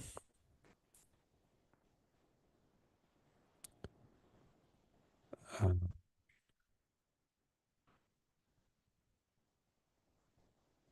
okay, I'm going to try to read through these quicker because I see there's some. I got tagged again by Nidal. He asked if I'm a professor. I'm not a professor. I I used to be in when I was in graduate school, I taught a couple of classes. When I was working on my PhD, I taught a couple of classes, but since I finished grad school, I have not been teaching in universities. I've just been working on my YouTube channel, which is not, most people who are in grad school for philosophy, they go on to at least try to find a career somewhere as a professor, but it's a very difficult market. It's very hard to find good jobs and jobs that pay enough to live on. So a lot of people, they adjunct for a while, they work at various colleges and try to scrap together a living, and then sometimes they give up after a few years. But I wasn't really interested in trying that. I was more interested in working on my YouTube channel, and so that's what I am doing and I'm still doing. And I'm trying to grow it so I can get to the point where I can make money off of it. I got to get up to 1,000 subscribers, then I can apply to have my channel monetized. And then if I cross that hurdle, then I will be able to take super chats. But in the meantime, I do have a Patreon account and PayPal. So if you want to help support my work, those are linked on my channel, my Patreon and PayPal. Yeah, philosophy courses. You asked what I was teaching. Yeah, it was a couple of critical thinking courses, um, like basic skills on reasoning, um, uh, self-entrepreneurship, Yeah, I guess you could call it that. Um, yeah, I'm self-employed. Uh, okay. Okay, looks like there's some other topics coming up. I'm just going to quickly read through the other Israel ones. There's just maybe a dozen more, and then I see there's some a comment, at least a comment or two on other topics. But let me just quickly read through the other Israel ones that came in. Oh yeah, there's the one on Darwin says no chocolate or sugar or chocolate or potatoes are allowed in, but they are getting food from somewhere, right? And that's, I think, part of the problem is that they're being propped up by the people who are their enemies in war or should be their enemies. It's kind of weird to fight against an enemy and then be giving them food and electricity and water and internet service at the same time. Um, I talked about that a bit in a previous live stream. Darwin says, however, Bibi is so altruistic by allowing in Qatari funds, of course, in accordance with international law. And then, okay, Darwin says October 7th wasn't justified. That was, I guess that's in response to my direct question to him. But then he adds, but neither was killing 1,200 Palestinian civilians in 2008. Okay. I don't know what that's a reference to. Uh, without provocation, he adds, really? I'm, I'm doubtful of that. Um, haven't they been shooting rockets there for a long time? I know there was the Intifada, the first Intifada, and the second Intifada. Uh, I'm not sure exactly what years they were, but um, I I would certainly not. I would want to look into this more before uh, accepting that some attack occurred without provocation. Um, oh, you give the name Operation Cast Lead. Okay, maybe I'll look into that sometime. Uh, See, I'm interested in all of these things, but there's just so much to know. And I mentioned earlier in the stream that I was studying Middle Ages history in England, and that's probably not on all of your minds. But I like knowing the background. So I feel like if I just jump into current events and learn a lot about that right now, then I'm never gonna. When am I ever going to go back and learn the Middle Ages to the extent I want? Um, Now I do jump around some, so sometimes like I was reading about Ukraine, the war in Ukraine for a while recently, but there's always a cost. Like if I am spending more time learning about current events, then that means I'm spending less time learning about things further in history, and it's not always clear to me where my time is best spent. So um, it's not that I'm not interested in this more recent stuff. It's just it's that I'm also interested in other topics. And right now, I just happen to think that it's better. I've got a lot of momentum with the Middle Ages. I've been on it for a while, and um, I want to take advantage of that momentum. That's part of the reason. Like if I go away from it for a while, then a lot of it will fade in my mind, and it'll be hard to understand as well what's going on. It'll be harder to get back into the context later. But um, maybe I'll take a break sometime from it and read up more on recent Israel issues like Operation Cast Lead. Okay, and then Nidal says military occupation isn't apartheid and Gaza hasn't been under Israeli occupation since 2005. Israel left entirely and Hamas took over.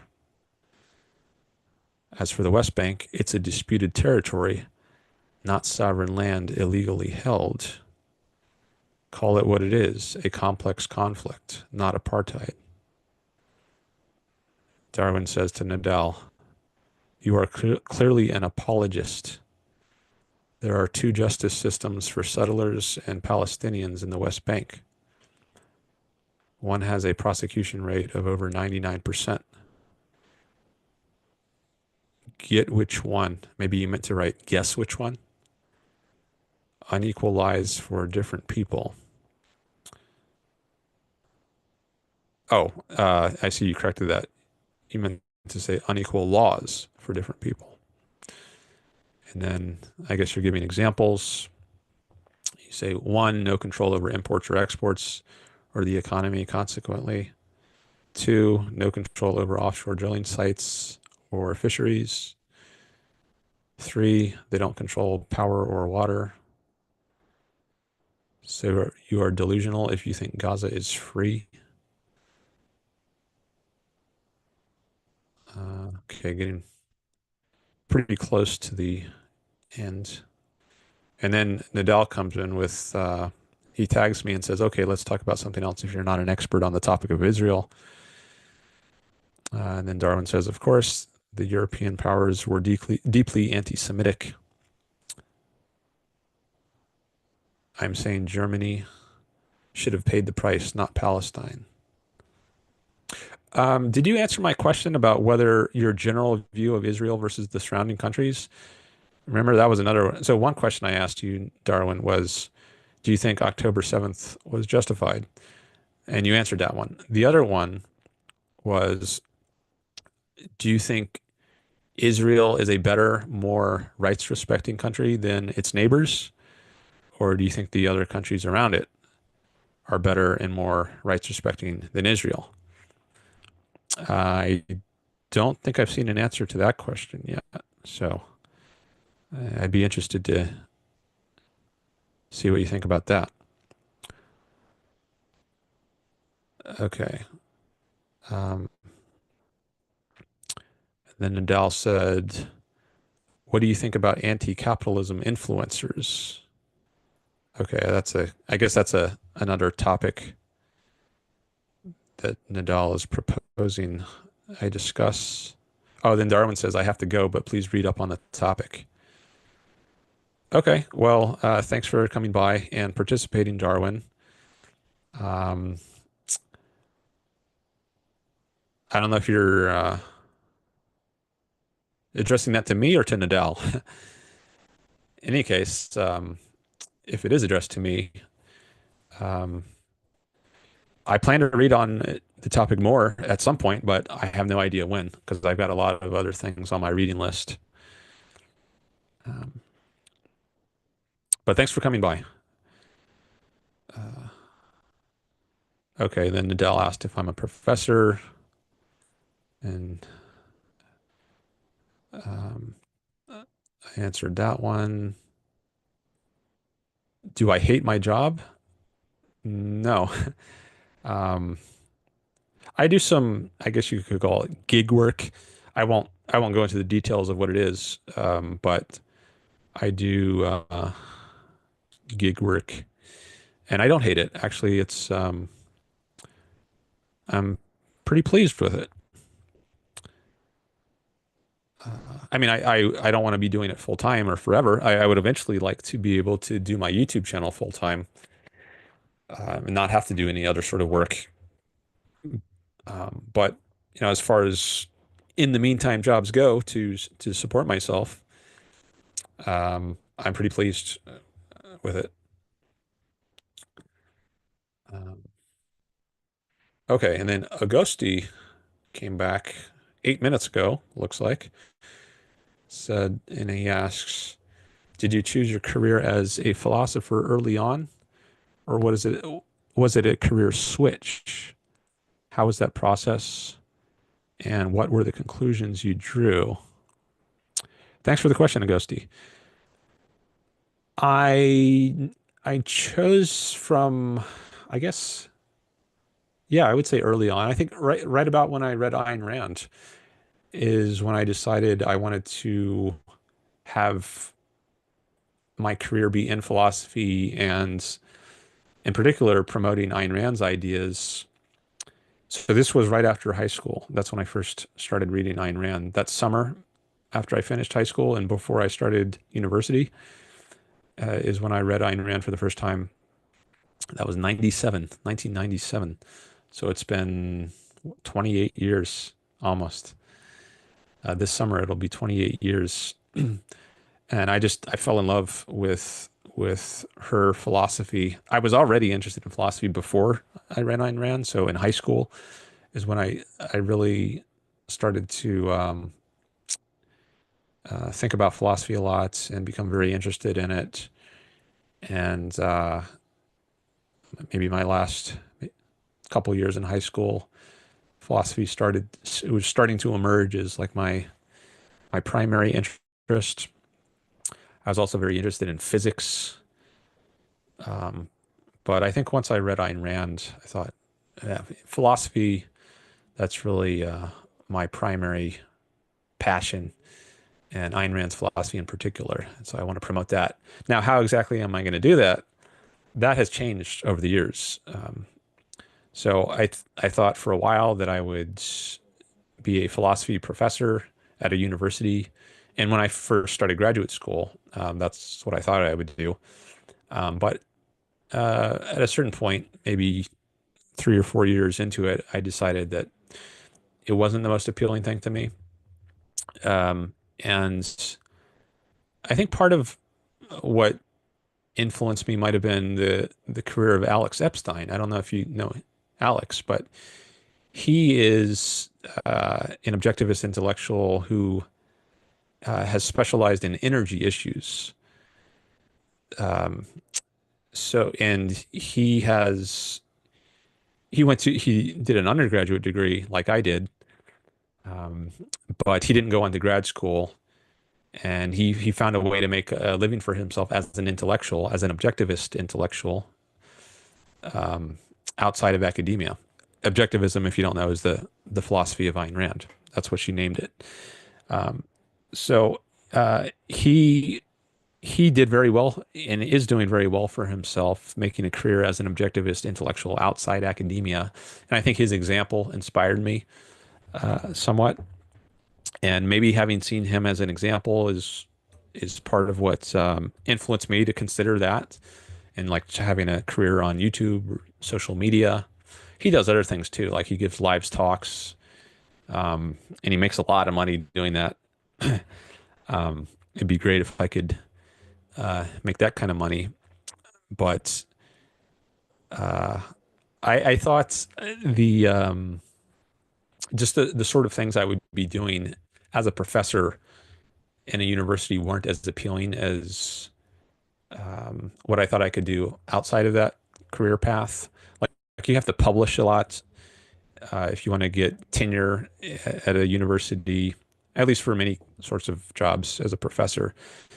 And you have to do a lot of teaching, um, some administrative work, like admitting students, evaluating their applications, running the departments. And a lot of that I just wasn't very interested in, or not as interested in as just being able to talk about Ayn Rand all the time. um, and or talk about other issues from the perspective of her philosophy. That's what I'm most passionate about. So I thought I could engage in the sort of work that most interests me more if I were not in academia and I did something more like what I'm doing now. And it also gives me a lot of time to study things I'm interested in, like history, which I might not have time for if I were in a typical type of professor job. So there are various advantages to taking the sort of path I'm on now. Also disadvantages, like I don't make the kind of money that you might make at if you're in a tenure track job. But money is not the most important thing. I think what's most important is happiness. So whatever makes you the happiest, I think is um, should be the paramount consideration in choosing a career. I mean, you have to do something to get you money, and if you can't make money at what your passion is, you're going to have to find something else. And that's why I'm doing, some gig work on the side. Um, but the hope is, at least eventually, I'll be able to make this channel self-sustaining, and I won't have to do other stuff, and then I can spend more time on it.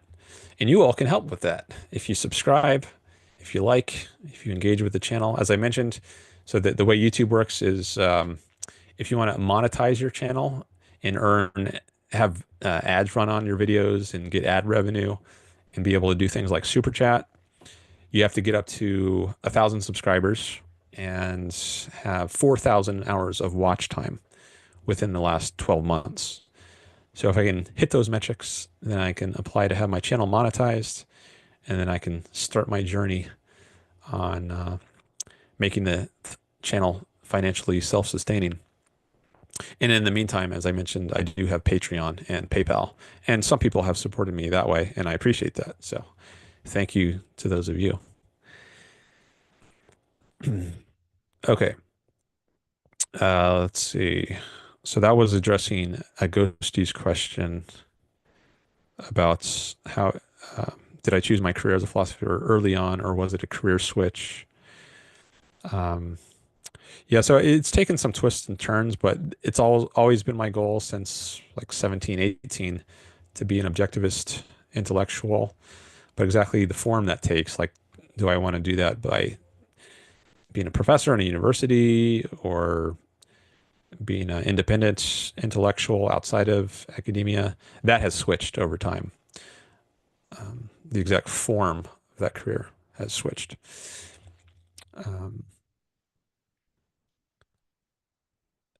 I guess I could, there's more I could say about that, but for now, I'm just gonna go on, and I want to see what other comments are in the chat here. Um, so Nidal says, "What topics are you interested in?" Well, I did a video exactly on that. I think 2 live streams ago. It's even in the title of the live stream.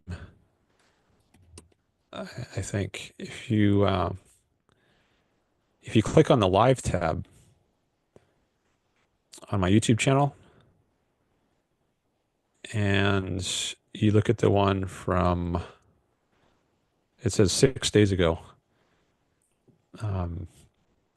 It's titled "My Interests slash Expertise in a Philosophy slash Objectivism." So I talk about that in that live stream. And just to say very briefly, um, these days I'm most interested in ethical and political issues, and that's what I talk about most on my channel.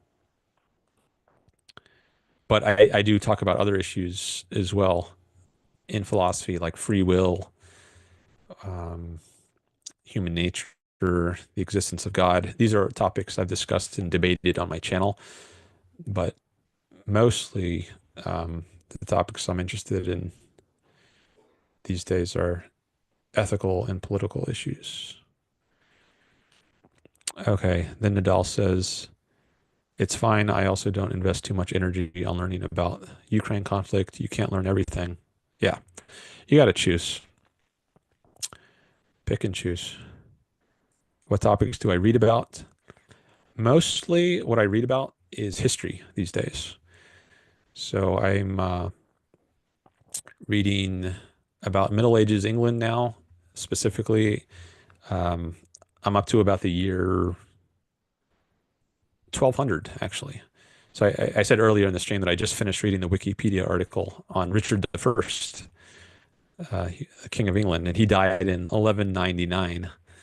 So the next king, I usually, the way I structure my reading is by the kings. So I go from king to the next king to the next king. And the next king is John the First, King of England. He ruled from 1199 to 1216. So he's going to be the next one I read about. It's a little more complicated than that. Like sometimes I read about the king's wives. I'll read about the queens, And there's other related issues, like Richard the First went on the Third Crusade, and actually he was the leader of the Third Crusade. So I might read a little about the Crusades while I'm reading about Richard, but um, for for the most part, I'm just going from one king to the next, and then I read about other issues as they come up and as they interest me. And I think I'll go up to at least Henry VIII, and then I might start a different stream of history. Maybe go to a different country and learn about that. Not sure yet, but yeah, history is what I read about most these days, and I find that that helps me for the kinds of discussions that I want to have on my channel. Like a lot of times, the history of capitalism comes up, and it would be very helpful for me to know the history of capitalism, especially the 19th century. That's probably the most relevant to the discussions I have. But I don't want to just go straight to the 19th century now because there's so much before it that led up to the 19th century that I want to learn about. Um, like if I just start reading about the 19th century, it's going to raise all kinds of questions about what happened before. Um, so I just went much further back to the Middle Ages, and I'm reading forward. I love it's kind of like watching a movie in midstream. Like, do you want to go to a movie that started like say the movie is 2 hours long? Do you want to just walk into the movie theater an hour and a half into the movie and start watching at that point without knowing everything that led up to it?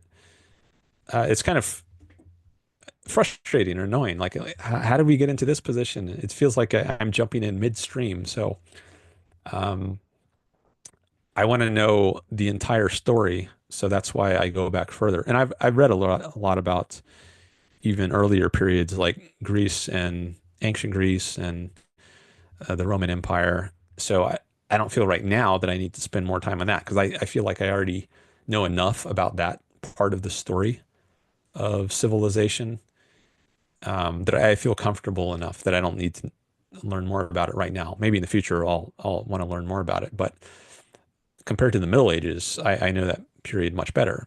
So the last couple of years or so, the Middle Ages was a relatively blank spot in my knowledge. So I wanted to beef up my knowledge of that part of the story, and so that's what I've been focused on for the last couple of years.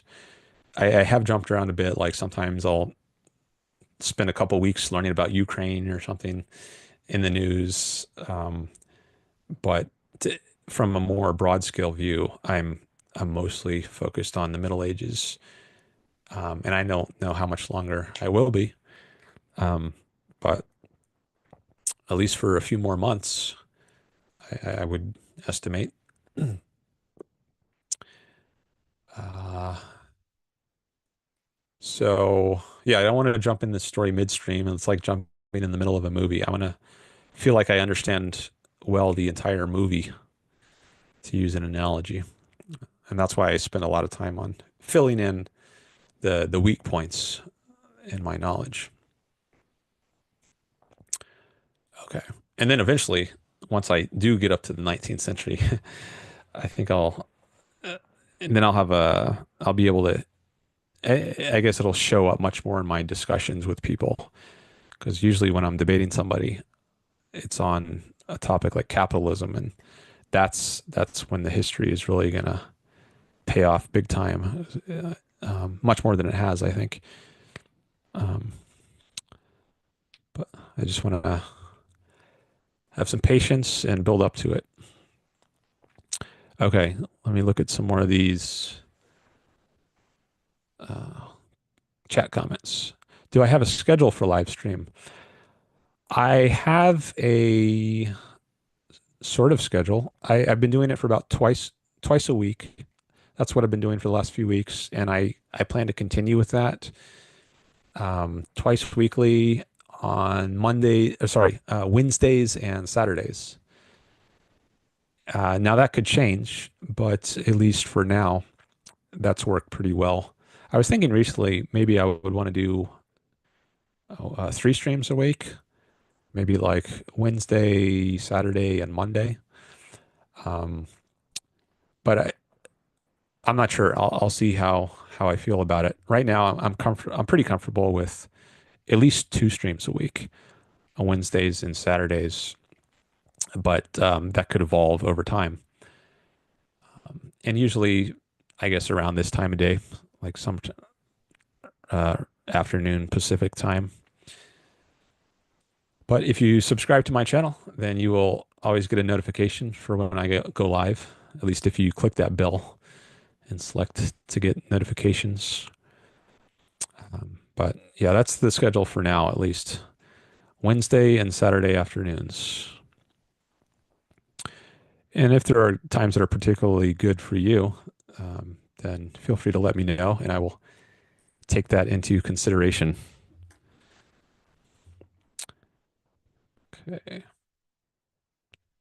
Okay. Then Agosti says, that was a great story. Oh, which one? The one about my career or career path?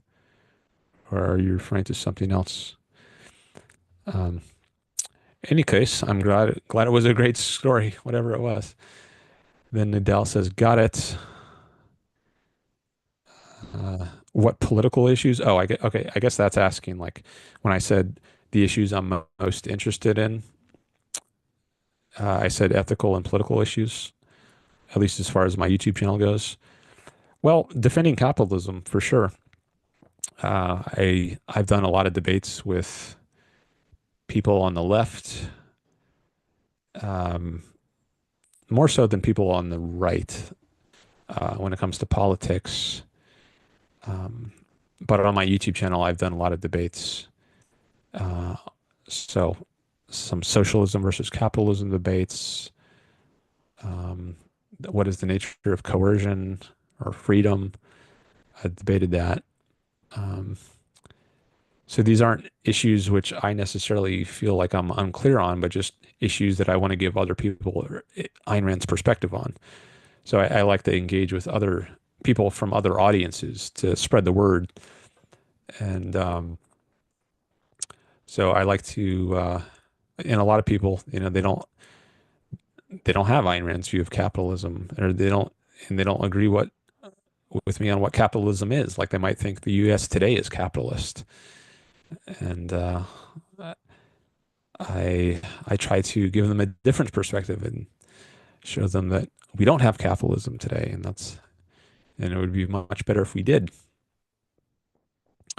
So defending capitalism, I guess, is to put it in a nutshell, the kind of political issue I like to debate. Um, okay, then Agosti says, 5 years after discovering Ayn Rand, I was so sold on philosophy that I, with much frustration, contemplated my career path for 2 to 3 years. Oh, okay. And then you say, I decided to finish what I had initially started, so I'm probably forever interested in the topic of choosing a career in philosophy, especially objectivism. Okay. So I wonder how long ago that was that you discovered Ayn Rand. But whenever it was, you say 5 years after that, you were so sold on philosophy that you with much frustration contemplated your career path for 2 to 3 years. Okay. I wonder what you're doing now, or you don't have to say if you don't want, of course. But I wonder if you're still considering it, or if you're doing something different now. But you say you decided to finish what you started, which I guess was something other than philosophy. So you're probably forever interested in the topic of choosing a career in philosophy. Okay, so it sounds like maybe you still are interested in philosophy and objectivism, but you haven't decided whether to try to make a career in it. I'm not sure if that's what you mean, but maybe. So it's, I guess the some people they who try to have a career in objectivism or philosophy, they try to become professors at universities, like Tara Smith, for instance. Um, I'm not sure exactly how she would phrase her career goal. Like, does she want to have a career in objectivism, or would she just think of it as, I want a career in philosophy, and it happens to be that I want to include objectivism as part of that career? I don't know exactly how she would frame it, but anyways, a lot of people who sounds like you might have overlapping interests with, they try to be professors at a university. Other people, they try to work at a think tank, like the Ayn Rand Institute. Um, so that's another path. Uh, or you could just be totally independent and neither do university professor or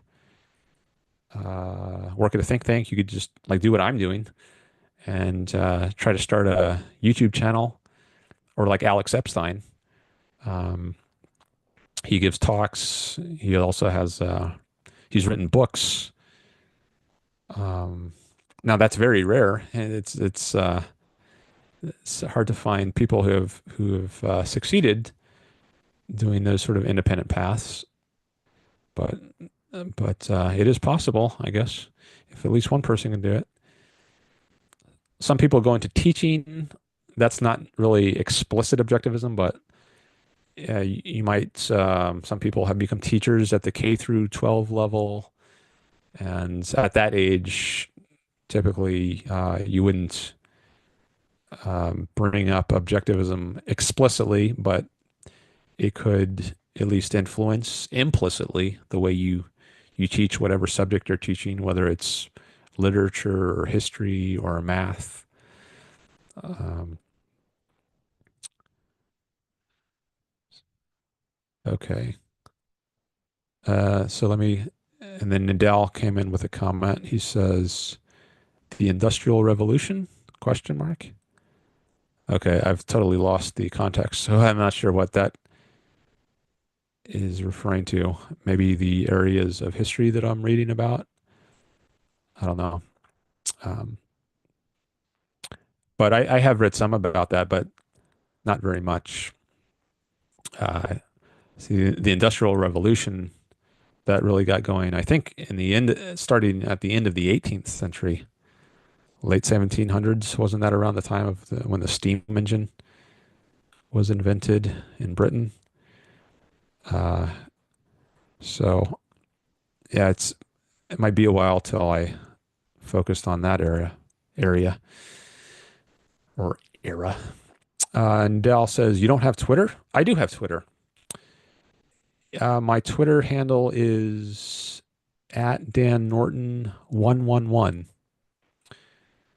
and I invite you to follow me. Or I guess it's now technically X. And that's linked on my YouTube channel. If you click on it used to be called the About section of the YouTube channel, but they changed it around a bit.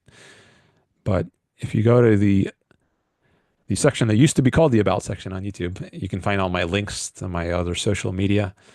And there's a link there to my Twitter, which is at Dan Norton 111. My YouTube is at Dan Norton 1, just a single one. So I guess someone had already taken Dan Norton. So I just had to add a number to it. And in the case of YouTube, I only had to put 1 after my name to get a unique user ID. But I guess someone had already taken that on Twitter. So I had to put 3 1s. And I think on TikTok, it might be different. I don't think I have a link on TikTok or a link to TikTok on my YouTube channel yet, but I do have a TikTok. There's not much on it, but I do have a TikTok account, which might have 2 1s after my name, Dan Norton 1 1. And I've also got a Instagram. I'm not sure how many ones are there, but and I'm on Facebook too. There it's quite different. It's dan.norton.1428. I don't know if I chose that or if that was randomly assigned, but anyways, have a quite different number, but that is linked on my YouTube channel. Uh, okay, then Agosti says, I found your answer to my career question to be a great story. Okay. Well, I'm glad to hear that. Thanks, Agosti, for that feedback. Glad to hear that. And then Nidal says, from your debate with leftists, what do you get from their perspective? Um, Let me come back to that one. Let me just quickly read through these others. Agosti says he discovered Ayn Rand in 2018. Okay. And I got my first full-time job 2 weeks ago as a junior public affairs advisor. I decided to engage long-term with the Ayn Rand community. Hmm. Okay. I wonder if that's as part of your junior public affairs advisor, or do you do something else as part of your junior public affairs advisor? I'm not sure. You don't have to say, but I'm curious. In any case, well, uh, glad you got a job and hope you can somehow incorporate your interests to it, or maybe do them on the side, do your Ayn Rand interests on the side if they're not part of your job. But in any case, I hope you can find some way to incorporate your Ayn Rand interest into your life. I guess listening to this stream might be part of that. How do you do that? And then Agosti says, yes, only good and clear tweets from Dan. Thanks. Appreciate that. I used to tweet more. There's been my social media habits have gone in ebbs and flows or peaks and valleys. Like I have a live stream on this. One is called My Social Media Journey, which I actually just was listening to a little bit earlier today, because I wanted to put a timestamp for the part of the live stream where I started discussing it. So I actually did that this morning. It's a very early one, the third live stream. It's the first part of the title is My Social Media Journey, and I talk about in that case in that live stream the how my social media journey has changed over time. So there was, I guess the peak of it for Twitter or X was last Thanksgiving, like late November of last year. And that was right after I signed up to be a member on Twitter, where you get the blue check mark. You pay a certain amount per month, and then your Twitter account gets verified. And when I did that, I started to get a lot more engagement on my tweets, and that encouraged me to tweet more because they were being seen a lot more. Um, and so I was heavily engaged on Twitter for maybe a month or so. But then I got busy with some other projects, and I didn't have time to tweet for a couple days. And then when I started to tweet again, uh, the level of engagement went way down. So no longer was I getting like thousands or tens of thousands of views on my tweets. I would back down into like the 2 or 3 digits. So I didn't have as much incentive to spend time on Twitter after I lost my momentum. So since then, I haven't spent as much time on Twitter. Um, but maybe I'll build it back up eventually. But I've mostly been focused on YouTube in the last several months. Uh, okay, then Nadal says he already followed me there on Twitter. Um, and then Agosti says, actually, my boss has Atlas Shrugged. So does my manager, and so does the previous CEO. Oh, wow. So I wonder if do they like it, or they've just read it, Are they fans of Ayn Rand? Does that affect your job in any way? Okay, let me go back to this earlier one from, oh, Nidal asked, from your debates with leftists, what do you get from their perspective? Uh, I don't, maybe I should end on this. It's 3:18 Pacific now, and I don't want to lose my voice. Maybe I'll go till 3:30, so another 12 minutes, and maybe I'll end the stream then. That would be 2.5 hours, I think, because I started around 1. Um, Most of my streams, I think they're somewhere in the like 1.5 to 2 hours. So this might be the longest, I'm not sure. But anyways, maybe 3:30 is a good time to end. But let me at least answer this question. From my debate with leftists, what do I get from their perspective? Um, there's a lot of incivility. Now, that's not just leftists. I also get that from rightists, at least on certain topics like abortion.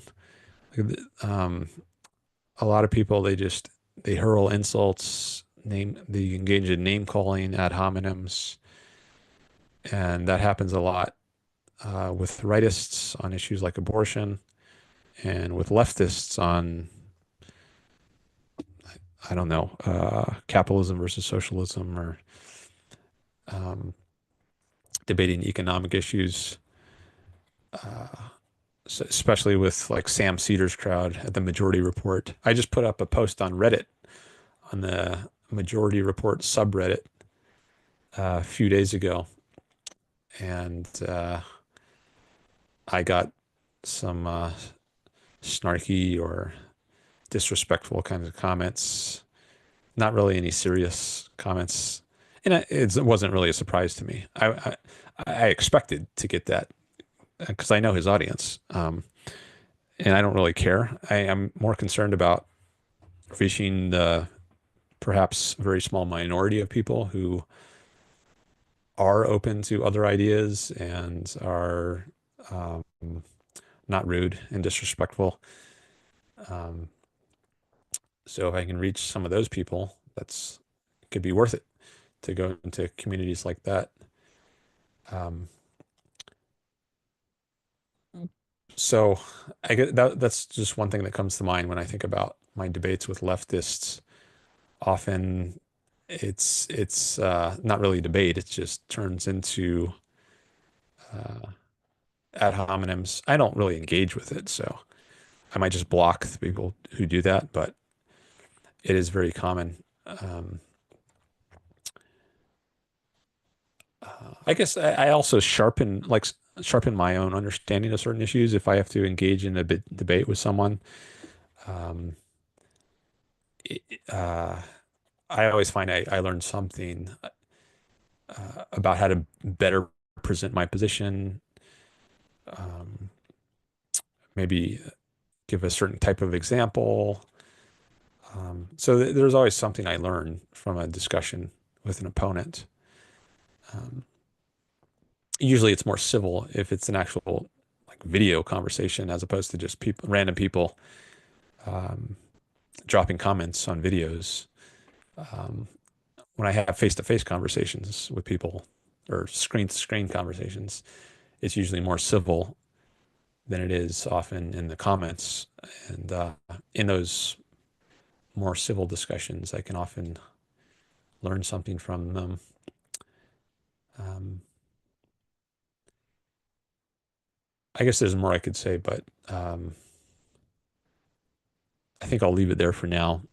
If you want to ask more, feel free to follow up. Let's see. Agosti says, actually, my boss has Atlas. Oh, I read that one. Then he says, only one of them read and was pulled into it, but it's nice that the environment is empathetic to pro-capitalism and pro-egoism thinking. Okay, good. Yeah, that is nice. Glad that you can find an environment like that in the Netherlands, a place I've never really been to, except for very briefly. I think I was in Germany, and then I was going back to France by train, and I think there was a only about an hour between. So I guess I went from Berlin to Amsterdam, and then from Amsterdam to Paris, and I think I had about an hour in Amsterdam while I was waiting for my train to Paris to show up. And during that hour, I just walked a few blocks in Amsterdam. So I think that's my only experience in the Netherlands. It was very nice, my little walk, and I'd love to spend more time there and see much more of it someday. But yeah, that's all I had time for. Okay, so yeah, my voice is getting a little tired here, so I think I'm going to wrap it up now.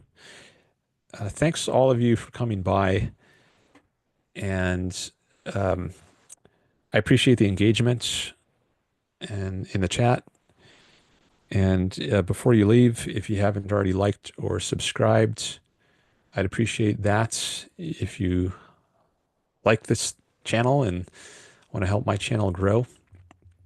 Um, so thanks to those of you who already liked and subscribed.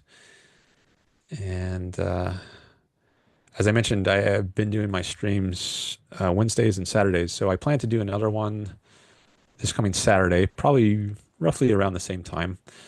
Um, and if you subscribe, you'll get the notification on the exact time. Hopefully, there won't be any Zoom issues. As I mentioned at the beginning of the stream, there were some Zoom problems today. Um, but hopefully, none of that affected you all and you didn't notice anything unusual on your end. But hopefully, it'll all be going smoothly on Saturday. And I'll do another live stream then. Most likely, that's the plan at least. I guess I could put out a post announcement on the post section of on the community tab. I think that's what it's called on YouTube. There's a live tab. Oh no, it's now called posts. It used to be called the community, I think. But if you look on the YouTube channels, there's a section called posts. So I guess I could put out a post there if there's any change. But I'm not sure if I would do that. But most likely, I think I'll do another stream Saturday around the same time. So hope I'll see some more people there. I see a few more comments have come in, so maybe I'll just look at those in the last few minutes before I sign off, since it's not 3:30 yet. Nidal asked if I travel a lot.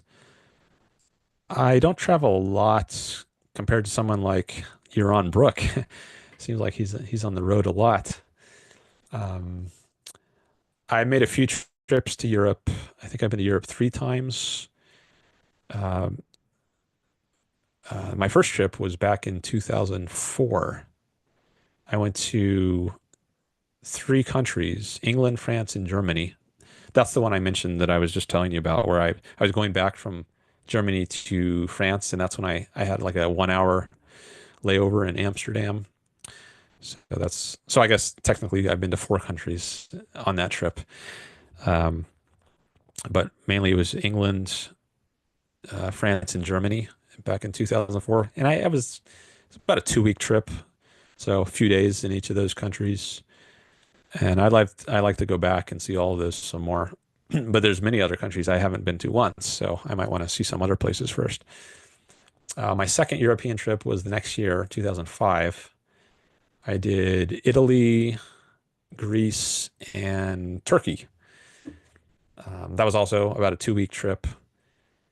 So a few days in each country. Turkey was just Istanbul. Uh, so, which is just, the west part of the country. There's a lot more to Turkey. But I only saw Istanbul. in Greece, I flew into Athens. Um, I saw some other cities though. Corinth, I went to took a trip to Corinth, and I think there was at least forget all my itinerary on that trip, but went on some day trips in Italy. I flew into Rome, and I also saw Florence and Naples. Those were the other main cities I visited. Um, and I went to France was mostly Paris, but I also took a day trip to Versailles, saw the Palace of Versailles, and Germany, mainly Berlin. Also took some day trips to Sanssouci, I think that was the name of the Frederick the Great's palace, and Wittenberg, home of Martin Luther, and then England, mainly London, but took some day trips. One was to Stonehenge and the city of Bath, where you can see a lot of Roman ruins there. And I think we saw Windsor Castle on the way. Also went to Oxford University and Cambridge. I like to see the main universities when I travel to places. So those are some of the highlights from my first two European trips. And then most recently, I went to Scandinavia. So I visited someone, actually someone I met on Facebook after I started my YouTube channel. Someone who had, yeah, I got to know him through Facebook, and he invited me to Norway. So I was in Oslo for, I think it was about a week, and we took a trip to Sweden while I was up there. That was nice. Um, so I got to see a couple new countries on that trip, and I like to see a lot more in Europe. But those are the places I've been to so far. I've been to the Philippines once. That's my only trip to Asia. I went to the Philippines for maybe about a week several years ago, and I guess I went through China to get there, so I spent about I don't know, a few hours in a Chinese airport. That's my only exposure to China. But there's a lot more in Asia I'd like to see. But those are the international countries, overseas countries at least. So I have been to Mexico a few times. Um, so that's across the border from me. I can drive there from California, which is where I am. So I have been to Mexico several times. I've been to usually just across the border, but I did go to central Mexico once, like around Mexico City. That was very interesting. Um, saw some pyramids uh, from them. I'm not sure what's the name of that civilization was back then, but um, so those, I think those are, oh, I've been to Canada. I went to Vancouver for a few days. I was going to a conference in Seattle, and then since I was close to the border, I decided to go to Canada for a few days, check that out. I've been to Niagara Falls when I was a kid. Um, that was just crossing the border though. But I'd like to see a lot more of Canada. I've been around many United States. I haven't seen all the states, but I grew up on the East Coast and I've been to Florida many times, had relatives there, so we would often visit them. North Carolina many times, Chicago area several times. Those are the main areas I had relatives that I would visit.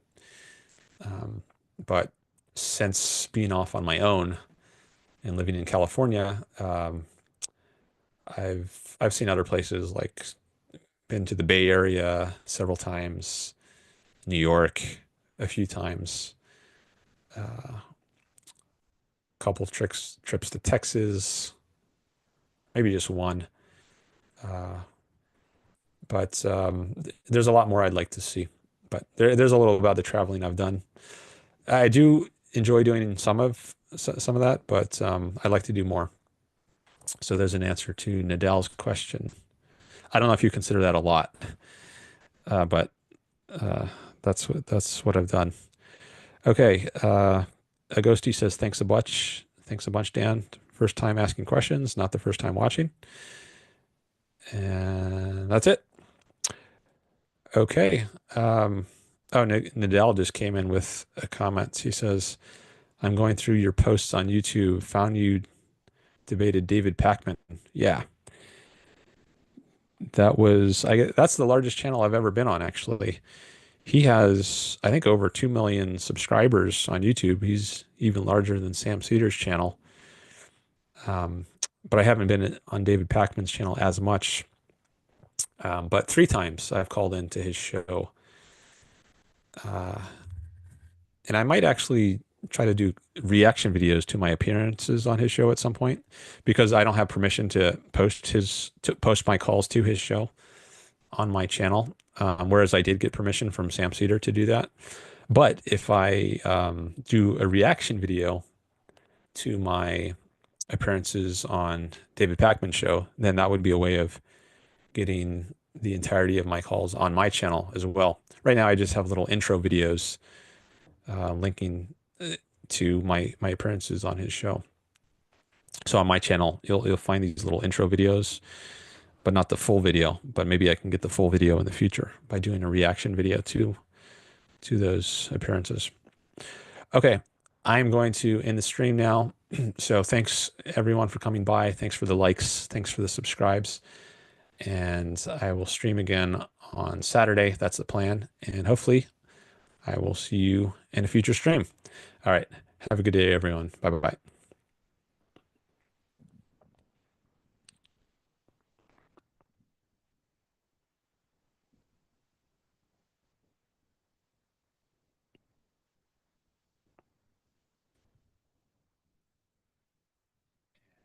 I will stream again